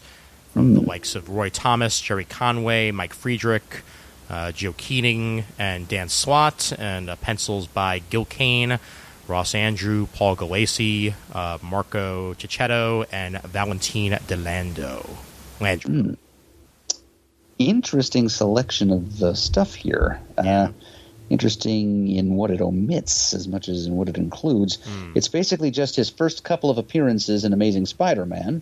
We mentioned that his first appearance has a facsimile edition this same month, but also 2 issues of Marvel Team-Up he was in, a random issue of Fear, in which Man-Thing also headlined for a time, and Amazing Spider-Man 699.1. Of all the Morbius stories they could have collected, that's what they go with? Yeah, that's interesting. I guess maybe that's an origin issue. That's the only thing that I can think of, because a lot of those .1 issues were like time travel-esque, like they were like missing pieces to characters. So maybe that's what that was. Yeah. Well, anybody who picks up that trade and wants to tell us, go ahead and go to the supergroup. Yes.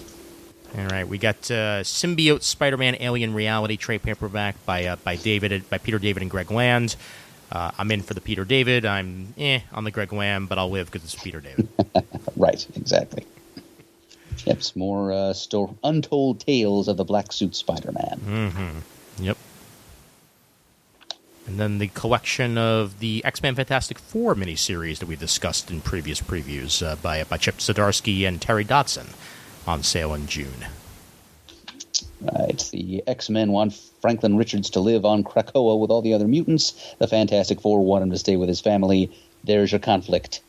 And Zdarsky and Dodson just go to town from there. Yeah, pretty good conflict.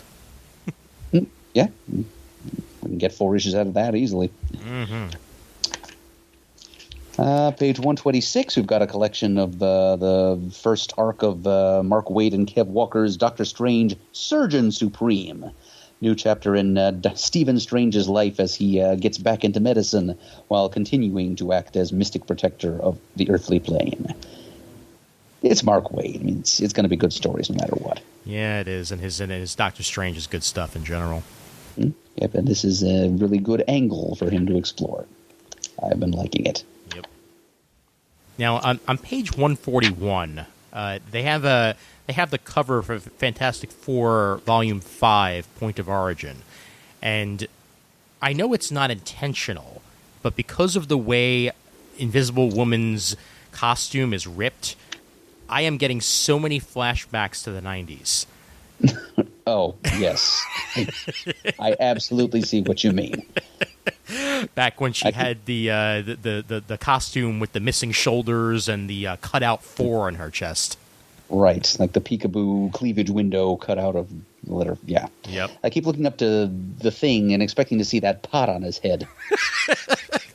Oh God, yeah, the mask he was wearing because he had those Wolverine slashes on his face. Right, and they got super infected, and yeah. If we ever get around to doing the spotlight on the Fantastic Four in the 90s, which Chris has been avoiding doing for nearly a decade now. Yeah.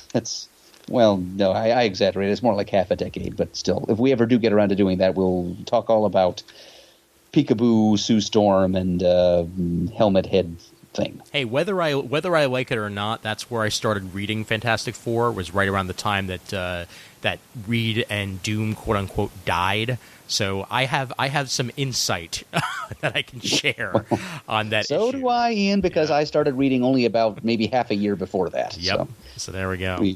We both received the same early fandom trauma. Yeah, we'll poke him in the side enough times, and then eventually he'll have to give in and do the spotlight. Maybe we can get Danny to come back for that, because I think she had volunteered to provide some 90s insight of her own. Heck yeah. On page 145, you've got a trade of the recent Peter Porker, the Spectacular Spider-Ham, Apocalypse Now miniseries. Written by Zeb Wells and some great art by one Will Robson. Along with Nick Bradshaw, he's a guy whose artwork at Marvel really activated my salivary glands within recent years. I love his stuff. And here he is drawing more funny animals than normal humans. And that's perfectly fine. Slice of mid-'80s action on page 147. Acts of Vengeance Marvel Universe trade paperback. A companion to the Acts of Vengeance Avengers trade paperback. But it's... I mean, the writing is like so mid-'80s Marvel that it's, pretty much everybody who worked for them back then. Walt Simonson, Peter David, Mike Barron, Carl Potts, Chuck Dixon, Ann Nocenti, Terry Austin, Dwayne McDuffie, Roy Thomas, and Dan Thomas. And then pencils by Rich Buckler, Ron Lim, Jeff Purves, Bill Reinhold, Jim Lee, Sal Velluto, Ramita Jr., Ernie Colon, and Butch Geis. That's a lot of good names. Yeah, it is a favorite event concept of mine. I haven't read very many Acts of Vengeance issues, but the basic idea is a bunch of Marvel villains got together and decided, hey, why don't we try trading dancing partners and fighting heroes we don't normally fight? And so that was the whole crossover. It's just Marvel heroes fighting villains that they don't normally come up against, being tested in new ways and usually succeeding anyway. Yeah. And the big backstory was there was a cabal of really heavy-hitter Marvel villains who were behind all of this. Loki was one of them, and he was kind of pulling strings for reasons of his own. And in the CGS studio, thanks to Matt, he was in kind of a library binding phase near the beginning of Comic Geek Speak, and he ended up dumping all of his library-bound volumes of Marvel and DC events in the studio. Nice. And Acts of Vengeance is there. But for those of you not lucky enough to have such a handy resource, you could do worse than to pick up the Marvel trades of the Acts of Vengeance event. There were some fun, very early 90s stories in there. In a way, that's also the setup for the Old Man Logan series. As eventually, all the villains, get together and they're like, hey, we could probably defeat all the heroes if we just go ahead and team up for once. And that time they were a bit more successful. Brainwashing Wolverine to kill everybody is a good way to do it. Yeah. Another Daredevil Epic Collection. This one has more Ann Nocenti era Daredevil being released this month as well on page 150.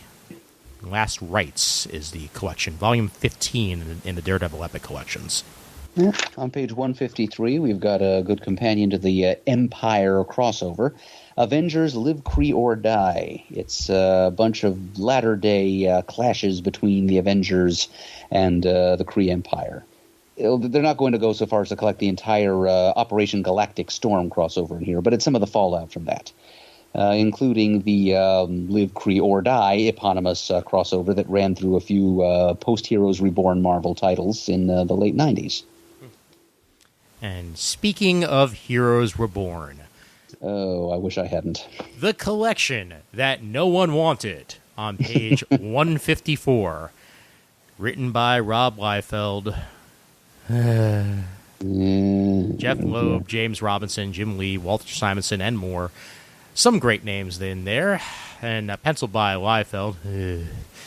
Joe Bennett, Ed Bennis, Brett Booth, Ron Lim, Michael Ryan, Terry Schumacher, and more, with a cover by Rob Liefeld. But it's not that cover, and I wish they had the balls to just use that cover. Use the giant breast Captain America cover by Rob Liefeld, all right? Just, I know it was a promotional image and never wound up on a comic, but it's the image you think of when you think of Rob Liefeld, Captain America. Yeah, they don't seem to have the guts. Oh, boy. Yep. Yep. You're right. Very few people wanted this collection, including probably some of the big names who were actually responsible for it.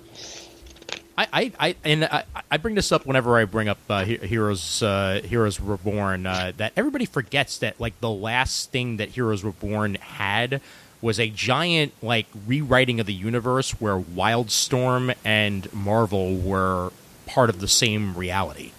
Oh, I never forget that. That was in the 13th issues of those 4 series, right? Mm-hmm. Yeah, and it was all written by James Robinson. That part I did forget. Wow. Yeah. It was actually a lot of fun, and probably the most fun I had through that entire Heroes Reborn run. So go figure. All right, and that's it for Marvel for me. All right. Onward to Dynamite, right? Right. Okay. Yep. And Dynamite is leading with that Sacred Six Vampirella spinoff that Chris mentioned, which is basically another one of those bizarre character mashups that Dynamite likes to do, but this time it's being written by priests, so I have nothing to say against it. How about the cover for The Boys Dear Becky #2 on page 176? The Wally West-esque Kid Flash character with a plug in his mouth or whatever the hell that is. It looks like somebody fed him a crowbar. Yeah, there we go. That probably makes more sense. Wally West just can't catch a break. I know. No, that's not Wally West. That's Eric East.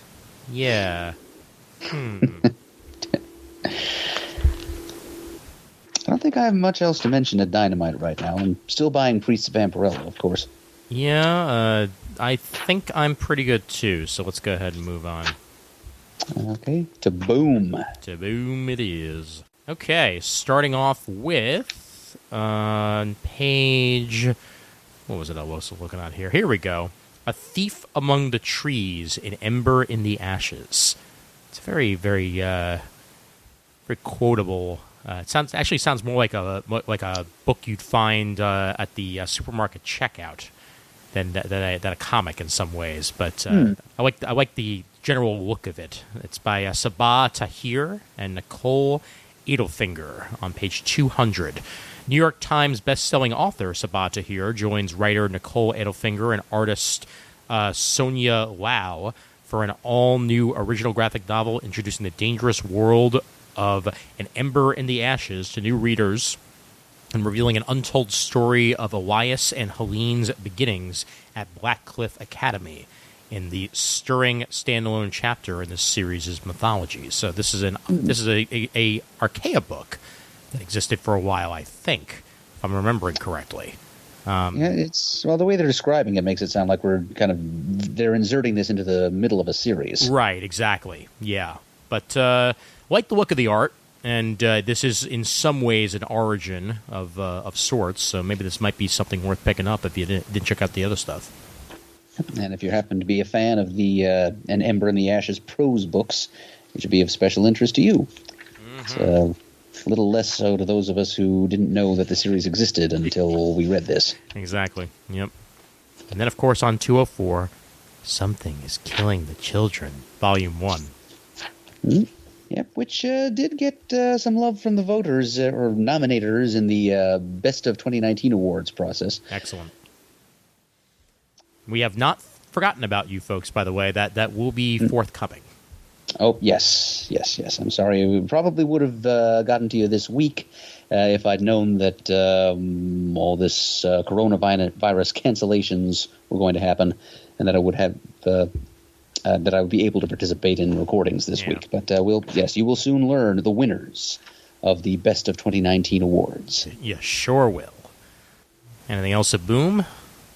Well, here's the softcover edition of an interesting-looking OGN, written by Matt Kint, illustrated by Matt Smith, on page 213. It's called Folklords, and it's about the everyday life of a young man named Ansel, who lives in a world of magic and monsters, but who fantasizes even, of a much more, to us, realistic world of well-pressed suits and modern technology. So it's kind of a funhouse mirror version of fantasy escapism, taking that idea and turning it inside out. A kid who lives in a world of fantasy and who dreams of technology. Interesting. Yeah. So there it is for $17.99 on page 213. Nice. And I found something else at Boom on page 216. Because, of course, I had to mention the Bill and Ted box set along with the Bill and Ted archive. Now, the Excellent. Bill and Ted box set collects the Bill and Ted Go to Hell, Bill and Ted's Most Triumphant Return, and Bill and Ted Save the Universe by Brian Lynch and Brian Jones. I think it is Jones. Joins. And illustrated by Jerry Gaylord and Bakan. And the Bill and Ted archive is some classic Evan Dorkin stuff, which was at the time released, I think, under Marvel, if I remember correctly. I believe you do. Yep. And this is the entire 11-issue run of Bill and Ted's excellent comic book by Evan Dorkin, written and illustrated by. And that is definitely worth picking up. That's a advanced solicit being released in June of 2020. The Bill and Ted box set comes out sooner on May 13th. In the fine print for the archive, apparently there's also some work by Robbie Bush, Stephen DeStefano of Amazing Man, and the legendary Maurice Severin in there. Nice. Yeah, I know this series is an all-time favorite of our good friend Fred Chow. Yes. He's out on the West Coast these days, so we're thinking about you, Fred. And he's probably the biggest fan that the Bill and Ted's excellent comic book ever had. And he's approached Dorkin with this stuff at conventions, and Dorkin, of course, rebuked him for it because Dorkin likes to rebuke people. Yep, been in there, general. done that. And he's just like, I can't. You like this stuff? That's some of my worst work ever, and so on and so forth. But well, Fred Chow begs to differ. Yeah, no, that's. I'm happy to see it recollected in one form or another, because even if it's not the creator's favorite, it's still a piece of history. Yes, it is. And Bill and Ted are going to be relevant again pretty soon, from what I understand. Yep. Wouldn't be surprised if that movie also gets pushed back a little bit, because I think they were also still in the process of filming. But I know... I think originally, although actually no, I'm sorry, I may be confusing that with another Keanu Reeves piece, because I think originally, yes, that's what it was. The next John Wick was supposed to come out the same day as the fourth Matrix movie, and they had to delay the release of Matrix. I can't believe there's even going to be a fourth Matrix, but it's happening. Yeah, really. Because they were filming, and they had to stop the filming due to the coronavirus, so that's now being delayed along with pretty much every other movie. So go figure. Just the world in which we all suddenly find ourselves. Mm-hmm. Gabby Rivera's BB Free is being collected. The first 4 issues on page 218, volume 1 of that. So if you were waiting on that, it's Gabby Rivera and Royal Dunlap. I just love saying Royal Dunlap. She was the writer of Marvel's America series about America Chavez. Oh, yeah. Mm-hmm. As seen in the Young Avengers series by Gillen and McKelvey. Yep. And she also has written a bunch of books, I know. So. Well, I've got nothing else for Boom. Do you? Let's keep it rolling. Onward to the rest of the book, which I think is going to be pretty light for me, because nothing quite caught my eye this month. But I'll see what I did earmark. Yeah, it kind of seems that way to me too. First thing of interest from me is under Aftershock, pages 244 and 245. a new series called Sympathy for No Devils, #1, by Brandon Thomas and Lee Ferguson. It's about Winston Wallace, who is the last surviving human being on a world that's been entirely taken over by demons and monsters and supernatural creatures. And so, of course, he's a monster fighter because there's nothing else for him to fight in this new world but monsters. And I'm gathering that he's some kind of a police officer or peace officer or something like that, and he's...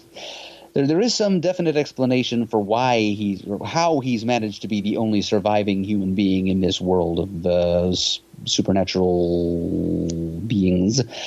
It's about his ongoing struggle against these supernatural forces, especially when they get out of line and take to fighting each other. Yeah. Interesting. So yeah, that is something that I will check out. Page 238. These are both already come out tons of times, but I need to mention them because they're friends of the show. One of which was literally just on the show, and the other one is Katie Cook. Cash and Carry Volume 1 is resolicited as an essential item. I think this might be the first time since it was kickstarted that it's being recollected, but I'm not entirely sure about that, so I don't want to put words in Sean's mouth, but Cash and Carry Volume 1, Sleuth 1010 by Julie Speziani and Sean Pryor, with art by Various, is solicited on page 238. And then underneath that, I think this is the first time it's been recollected since it was originally released, Gronk, A Monster Story. Graphic novel by Katie Cook. I have that sitting on my shelf. It's an adorable, adorable graphic novel, and I'm happy to see Gronk back in print. Mm-hmm. Yeah, me too. I have a couple volumes of Gronk. I'm guessing that this isn't like an omnibus or anything. It's only 64 pages long. Yeah, this was like sort of like the origin story, and then a bunch of others. Yeah, it's about a young woman, an artist, I'm pretty sure, much like Katie herself, who lives with a couple of cats, a giant Newfoundland dog, and a little green monster named Gronk. Yep, and it is a friendly monster, and they are adorable. Oh, yes. Yes, it's a Sesame Street-worthy monster. I gave my Gronk doll that I had to Martha's young 5-year-old cousin, and I saw it on the couch the other day, and I was satisfied. Aftershock has a new one, Lonely Receiver #1. Zach Thompson, the writer, Jen Hickman, the artist. I enjoy Jen Hickman's work a lot. Katrin Vander, a lonely video producer, buys an artificial intelligence partner that's meant to bond for life. After 10 years together, her holographic wife suddenly disconnects without a warning. Breakup drives Katrin to the point of near insanity. She's alone for the first time in years and reeling from a loss she can't comprehend. Not too distant future story here, and sounds like something that could actually exist in a few years, with how connected we are as a society. People getting into actual romantic relationships with artificial intelligence. Yep. Yeah. I'm reminded of the movie Her from a few years ago, which had a similar premise. Yeah, I think about that movie I never saw it, but I just remember how thought-provoking just the core concept was. Yeah, it's worth seeing when you get a chance. It's actually an excellently crafted movie, and it's a not-too-distant future that actually feels realistic in the way people dress and the technology itself. Like, it's not like, super advanced or anything. It literally looks like, 20 years from now. I like not too distant future stories that manage to pull that off. And it's Joaquin Phoenix and Scarlett Johansson, so that's it. Right.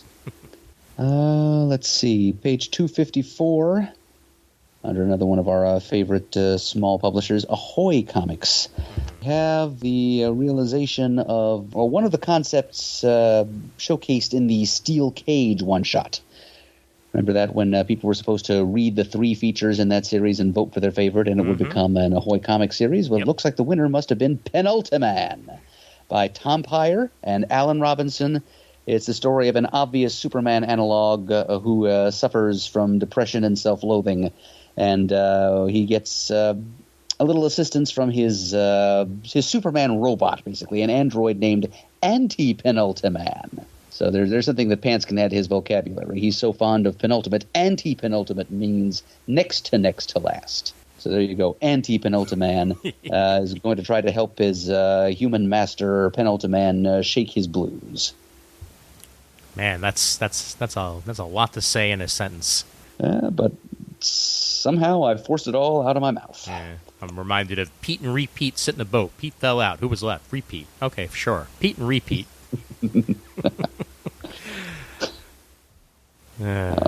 Page 254, a favorite of ours, Dragonfly and Dragonfly Man, is collected in trade paperback.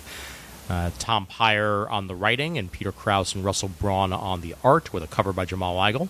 These are the stories from before their universe switch, as Dragonfly and Dragonfly Man live their lives in their own universes, including the Free Comic Book Day issue and the miniseries.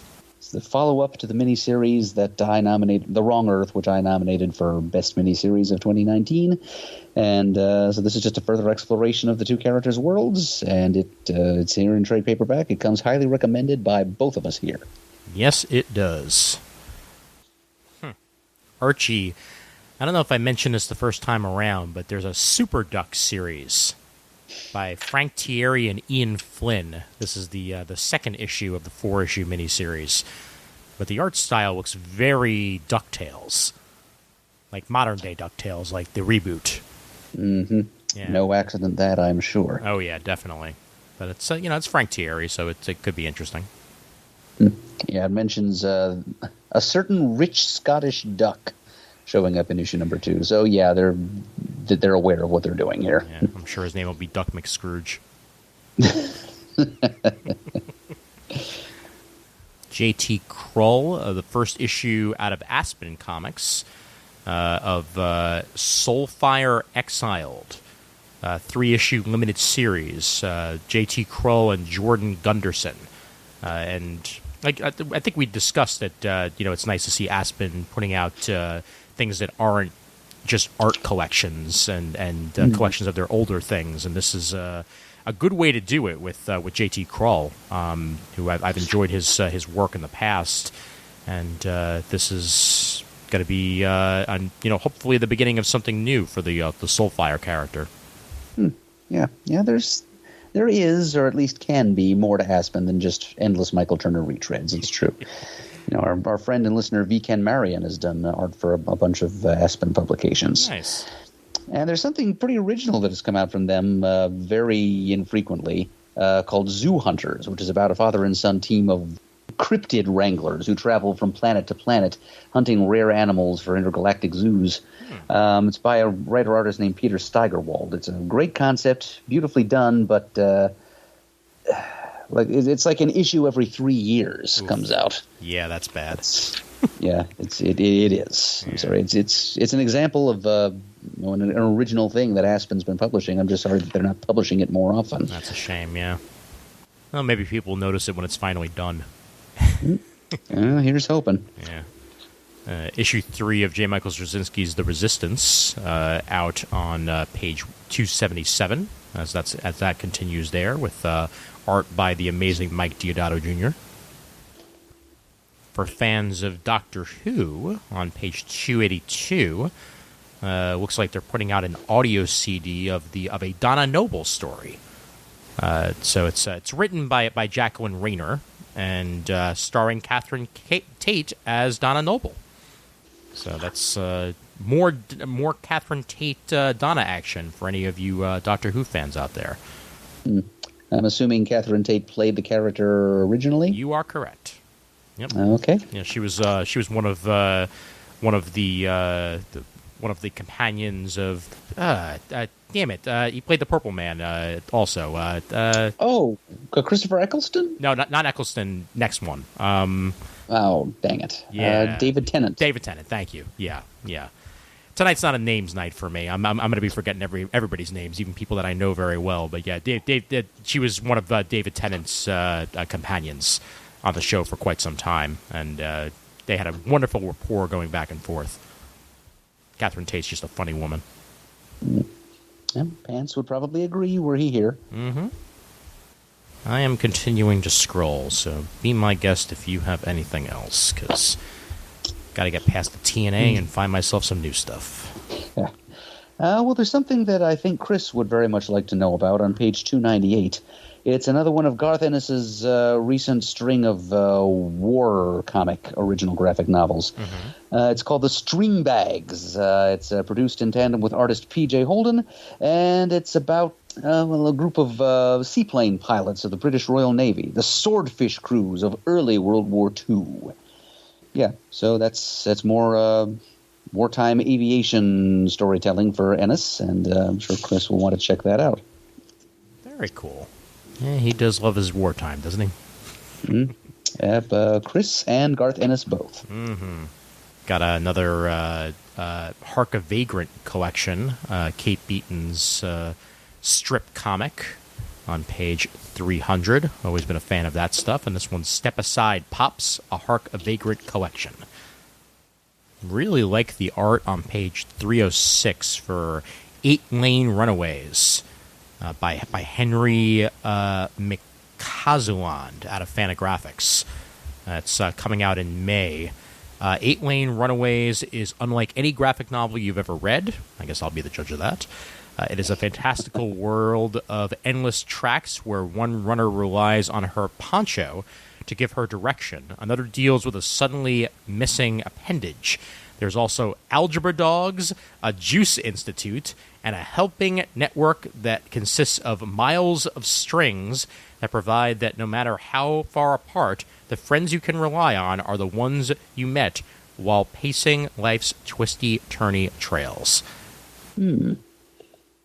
Yeah, it does look graphically different from any graphic novel I've personally ever read. Oh, yeah. Just relying so much on overhead, like aerial perspective visuals of so many of the characters and the paths that they tread.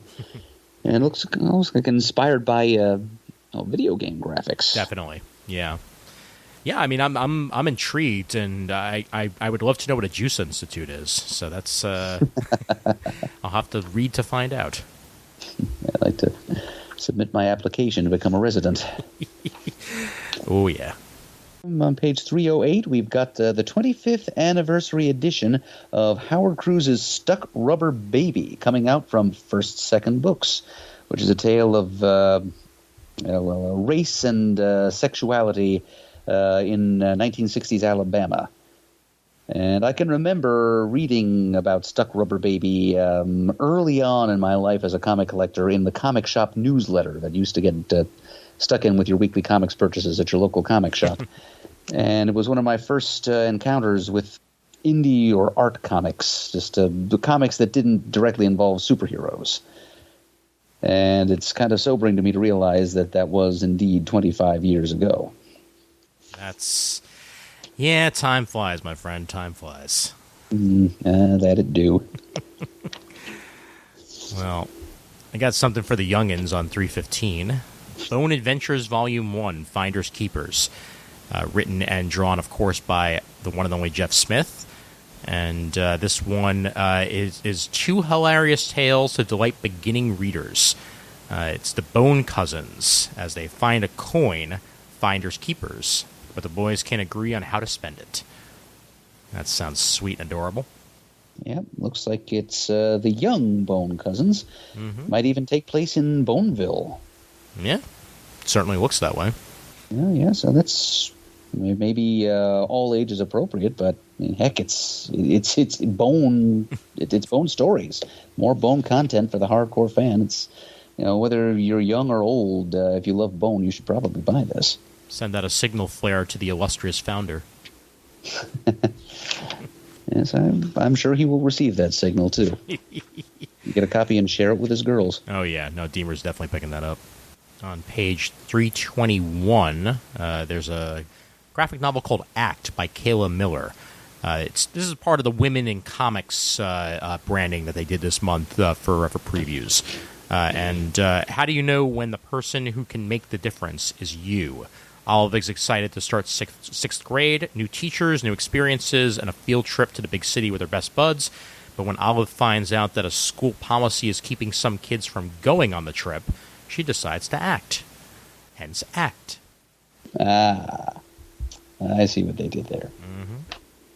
On that same couple of pages, looks like Hermes Press is reprinting the old paperback novel tie-ins to the Dark Shadows Gothic soap opera. Interesting. Apparently, I didn't realize that they had produced Gothic novels to tie into those Gothic soap operas, but they apparently published 32 of them. Wow. And now they're being reprinted. Well, there were hundreds and hundreds and hundreds of episodes of that show, so had to have been tie-ins eventually, I'm sure. Yeah. So those of you out there who are devoted to that cult classic of television and would like to read some prose related to it, you might not have been aware that these things existed either, but Hermes Press knew, and they're giving them back to you, or possibly giving them to you for the first time. So give it a look if you're a fan. Mm-hmm. And speaking of fans, 325 Ghostbusters art book. So that's anyone who's a fan of the old school Ghostbusters movie. Celebrate the legacy of the pop culture classic with a collection of the art behind it. Looks like a fine coffee table book. Yes, indeed. Looking forward to that new movie if and when it happens. I mean, I know it's happening, but we don't know when. Page 328 from the publisher It's Alive, which is also publishing the continuing adventures of Chuck Dixon's Airboy on page 327, I notice. We've got a new series called Holler, written and drawn by Jeremy Massey, which is the misadventures of a 1990s grunge garage band living in the Appalachian Mountains of Virginia.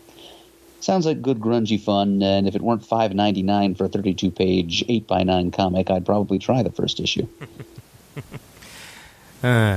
Alas. Page 338. Pang, Action Sports Adventure, out of Oni Press. Welcome to the all-world school of sportsmanship, where kids from all over train to become the best athletes in the world, obsessed with even the most marginal sports. Pang follows students Rocky, Sassy, Ven, and Radley, also known as the Footnucks. Together they will master action-packed fringe sports like kickball, breakdancing, and hacky sack. You had me at kickball. Well, and written and drawn by Corey Lewis, who apparently was able to get Warren Ellis to say at least one word about his or her work. That's more than the one word he would usually say. So yeah, that's a good sign. Yeah. I do like the artwork a lot. It's very... I'm trying to think of a good way to describe it. It's like sort of like manga meets Who Framed Roger Rabbit. Huh. I'm especially looking at that Jessica Rabbit-esque, pinup on the right side of 339. Right, I see the image you're talking about. Yeah, but I dig it. I'll give it a shot. I do like the title. It's one of the 3 sacred words guarded by the knights who say "ni." Ni. Pang, a new one. A shrubbery. All right, and I think that's almost everything until manga for me. Yeah, I don't have that much else to mention myself. Though I actually do have something to mention in manga myself this time. I'm guessing it'll be on your list, too. All right, cool. Page 358, we've got another collection of quality British comics coming at you from Rebellion/2000 AD. This one is called Smash Special, with written and drawn by various, including John McCrae, Rob Williams, and Charlie Adlard. There's a gorilla on the cover, but unfortunately it is $10.99 American dollars for 64 pages of content. Drat. Yes, Drat is right. I did find something else, actually. 359, and I would have forgotten this otherwise. Old buddy Dave Ryan, Red Anvil Inc. Is bringing out Worldwide Warriors #1, written by Dave Ryan, art by Nilda Santiago, Tony Brandau on lettering, and a cover by Alan Goldman. After Kento Kamakiri, owner of a cutting-edge technology company, loses his family in a battle between super beings, he vows revenge and dons the facade of a hero called Mantis. In order for him to exact his revenge, he manipulates and gathers a team of heroes together. There are no lengths Kento will not go to to settle his score, and although his goals may remain unwavering, the journey and personal relationships that develop along the way may lead to his salvation. Cool enough premise, and it's Dave Ryan, so there we go. Some of you listening may remember the War of the Independents, which was Dave Ryan's big project maybe 10 years ago, when he aggressively recruited as many different indie creators and their characters as possible to participate in one big Jan miniseries. And this is what Dave is doing now. Yep. So, wishing him well with that. Same here. On page 362, a one-shot coming out through Scout Comics, written and drawn by Brian Silverback's Loggerhead, Bloody Bayou. I do enjoy some avenging swamp creature adventures, and that's basically what Loggerhead is. It's a cross between TMNT and Swamp Thing from the looks of it. It's a different kind of mutant turtle who emerges from the bayou to act as protector for some children who are in danger from runaway industrial resource harvesting. So there's an ecological message to it, but most importantly, there's a giant freaking turtle guy that beats people up. So I'm glad that you stopped on 362, by the way, because Vlad Dracul by Andrea Moody, a name that I'm quite familiar with, and yes, I Chris see. will tell you that it was Moody who provided the art for Rebels, the Revolutionary War series from Dark Horse a little while ago. Indeed, yep. And here we have Andrea Moody on writing and art, and it's about Vlad Dracul II, the Impaler, the son of the dragon, who was a warlord, a Volvid, a guardian warrior, an iconic historical figure who was able to successfully strike fear into the hearts of the fearsome Ottoman Empire. So it looks like another step in the history for Andrea. Yeah, quite a get for Scout Comics to be the one publishing this. Yep, definitely. So yeah, I think you've just convinced me, Ian. I will be picking that up too. Excellent. And then 365. Storm Kids Hyperbreed. It's Wheezy! She's back! Louise Simonson, Guy Dorian, and a cover by Walter Simonson. You had me at that, really. Yeah, the concept is space opera involving space pirates. But yeah, it's the creators of the real story here. Oh, absolutely. Yeah. Yeah. Anything Louise puts her hands on is bound to be good. And Chris already gave us the monthly Tomorrow's report. Mm-hmm. And something worth mentioning under Valiant. On page 379, we've got a new Shadow Man series featuring Jack Boniface, everybody's favorite saxophone-playing Hongan, tackling the forces of New Orleans voodoo, written by Cullen Bunn, with art by John Davis Hunt. Nice. Yeah. Colin Bunn's a good guy to get on that in any way, shape, or form. So You betcha. Yep. And also on page 382, the 6-issue Visitor miniseries written by Paul Levitz is coming to its conclusion. Which means a trade should be forthcoming. One would think. Under Vault on page 387, I've just recently... I do watch a lot of Futurama reruns on the Syfy channel, and I've been seeing ads for an upcoming series called Vagrant Queen on that channel. And I don't think I realized, although I probably could have guessed, that it was based on a comic book series. Oh, wow.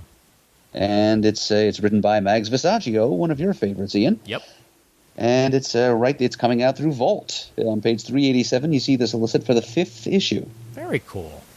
I wonder if she came up with the concept first and then it became a series, or the other way around. Good question. Yeah, it's a good chicken or the egg question. Yeah. Okay, and I believe that exhausts what I had to say about the American single-issue section of this catalog. So, what do you got from manga, Ian? I am going to guess what you are going to talk about. All right. Is it on page 398? Well, let me turn to that page and see if it is the one that I had dog-eared. Yes, it is.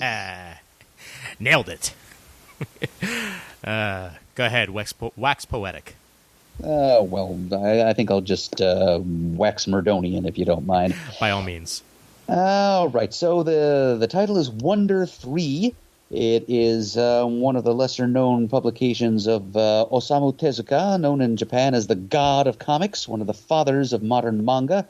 Many of his properties have been adapted into anime and film and other things. He created Astro Boy, as this solicitation is careful to inform us. But this is Wonder 3, and it's the story of 3 super powerful extraterrestrial beings who come to planet Earth to judge its fitness to be part of the galactic control. And if it fails the test, it will be destroyed. And these super powerful aliens possess the bodies of 3 cutesy little cartoon animals, a horse, a duck, and a bunny.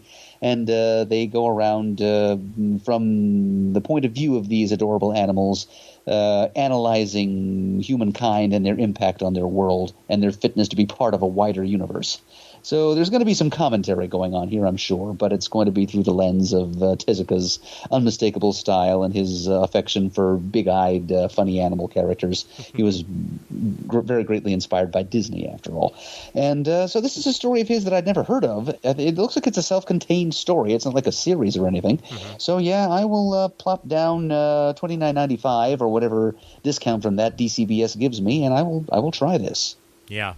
No, that looks excellent, and whenever I see something Tezuka I didn't know about before, I'm glad to see it in any form. And the fact that it is just the one volume like that, you get the whole story right there. So, enough said. Righto. Yep. I am going to go to page 421. It's called Not Your Idol, out of Viz. It's Volume 1, so you're getting it on the ground floor. In the wake of an assault, Nina Kamayama, a former idol in the group Pure Club, shuns her femininity and starts dressing as a boy. At high school, she keeps to herself, but fellow student Hikaru Haruichi realizes who she is. What secrets is she keeping? The shocking drama starts. It's a psychological thriller about a girl who gives up her life as an idol after being assaulted by a fan. Well, gives up her life as a woman, no less. Exactly. Yeah. Very, very interesting premise, and I'm intrigued to see where that one is going to turn, and just how much of a psychological thriller it is. So, the art and story is by Ao Makino on that one. Not Your Idol, Volume 1. 421.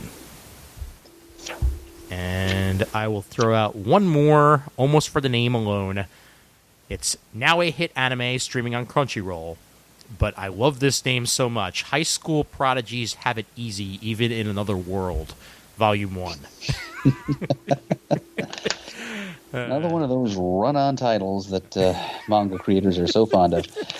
Yep, that's called translation, my friend. That's called translation. Yep. After crash landing in a foreign land filled with magic and monsters, most people would wonder what to do next. For 7 of Japan's greatest high school geniuses, the real question is how much are they allowed to mess around? That sounds like what I would have done in high school. Yep, sounds like fan service will abound. Yep. And all volumes 1 through 6 of the manga are already available. But this is Volume 1 out of Yen, and like I said, the anime is also streaming on Crunchyroll if you feel like just watching it instead of reading it. I think that is just about it from me. Let's see. And I flipped through the back of the book a couple of times. About the only thing that really interested me was on page 91. Some lovely enamel pins featuring classic Sesame Street characters and even some Mr. Rogers' Neighborhood characters. Nice. Oh, I did find one final manga, 427, because this is a I think also an anime if I remember correctly, and it's a food manga, and you know I love talking about those. Restaurant to Another World, Volume 1. It's a awesome premise. Somewhere in Tokyo, there is a certain special door. Most days, it stays closed and unmoving. Curiously, it opens up exactly once a week to welcome dwarves and dragons and elves who cannot wait for another chance to enjoy the inviting and comforting food of a restaurant from another world. Huh. You notice they're cross-promoting it with one of your favorites, Delicious in Dungeon. Yes, indeed. Yep. And Restaurant to Another World, I think, is a short-form anime, if I remember correctly. That's on Crunchyroll. And I've been wanting to check out the manga, and here is Volume 1 for me to do so on page 427. So that is definitely happening. Whether I pick it up at a con or whether I pre-order it from somewhere, that is going to be a part of my collection. Yeah, I can understand why they paired up with Delicious in Dungeon here. I mean, they're both involve both Dungeons and Dragons style fantasy adventure and cuisine. Yep. One is about going into a dungeon to get the ingredients to cook, and the other is about inhabitants of dungeons coming to the human world to eat in a restaurant.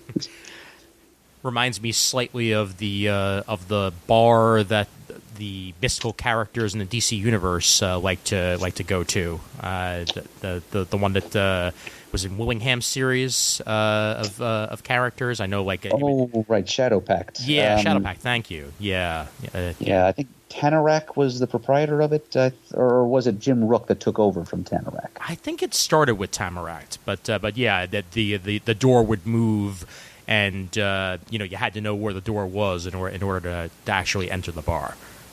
So cool times. And that, ladies and gentlemen, is a bolt shot. All right. Listen to it clinking gently as it hits the ground. Excellent. And as usual, a solid 2.5 hours of action. We are indeed wordy bitches. We are, whether we like it or not. Yep. All right, you ready to speak some more words? Ready, Freddy. All right, here we go. If you would like to send us an email, our email address is comicgeekspeak@gmail.com. If you'd rather leave a voicemail, you can call 267-702-6642. You can follow us on Twitter. Our handle is @comicgeekspeak. You can like us on Facebook. Also on Facebook, you can join the Comic Geek Speak super group to engage in discussions with your fellow CGS listeners and fans. And you can do the same thing at our online forum at thecomicforums.vanillacommunity.com. Leave some feedback about this episode there and let us know what you're looking forward to from this month's catalog. We'd like to give special thanks to those of you who have donated monetarily to the show in the past. We really appreciate it. The show would not be what it is today without your help. And as always, we are uniting the world's mightiest heroes, one list at a time. You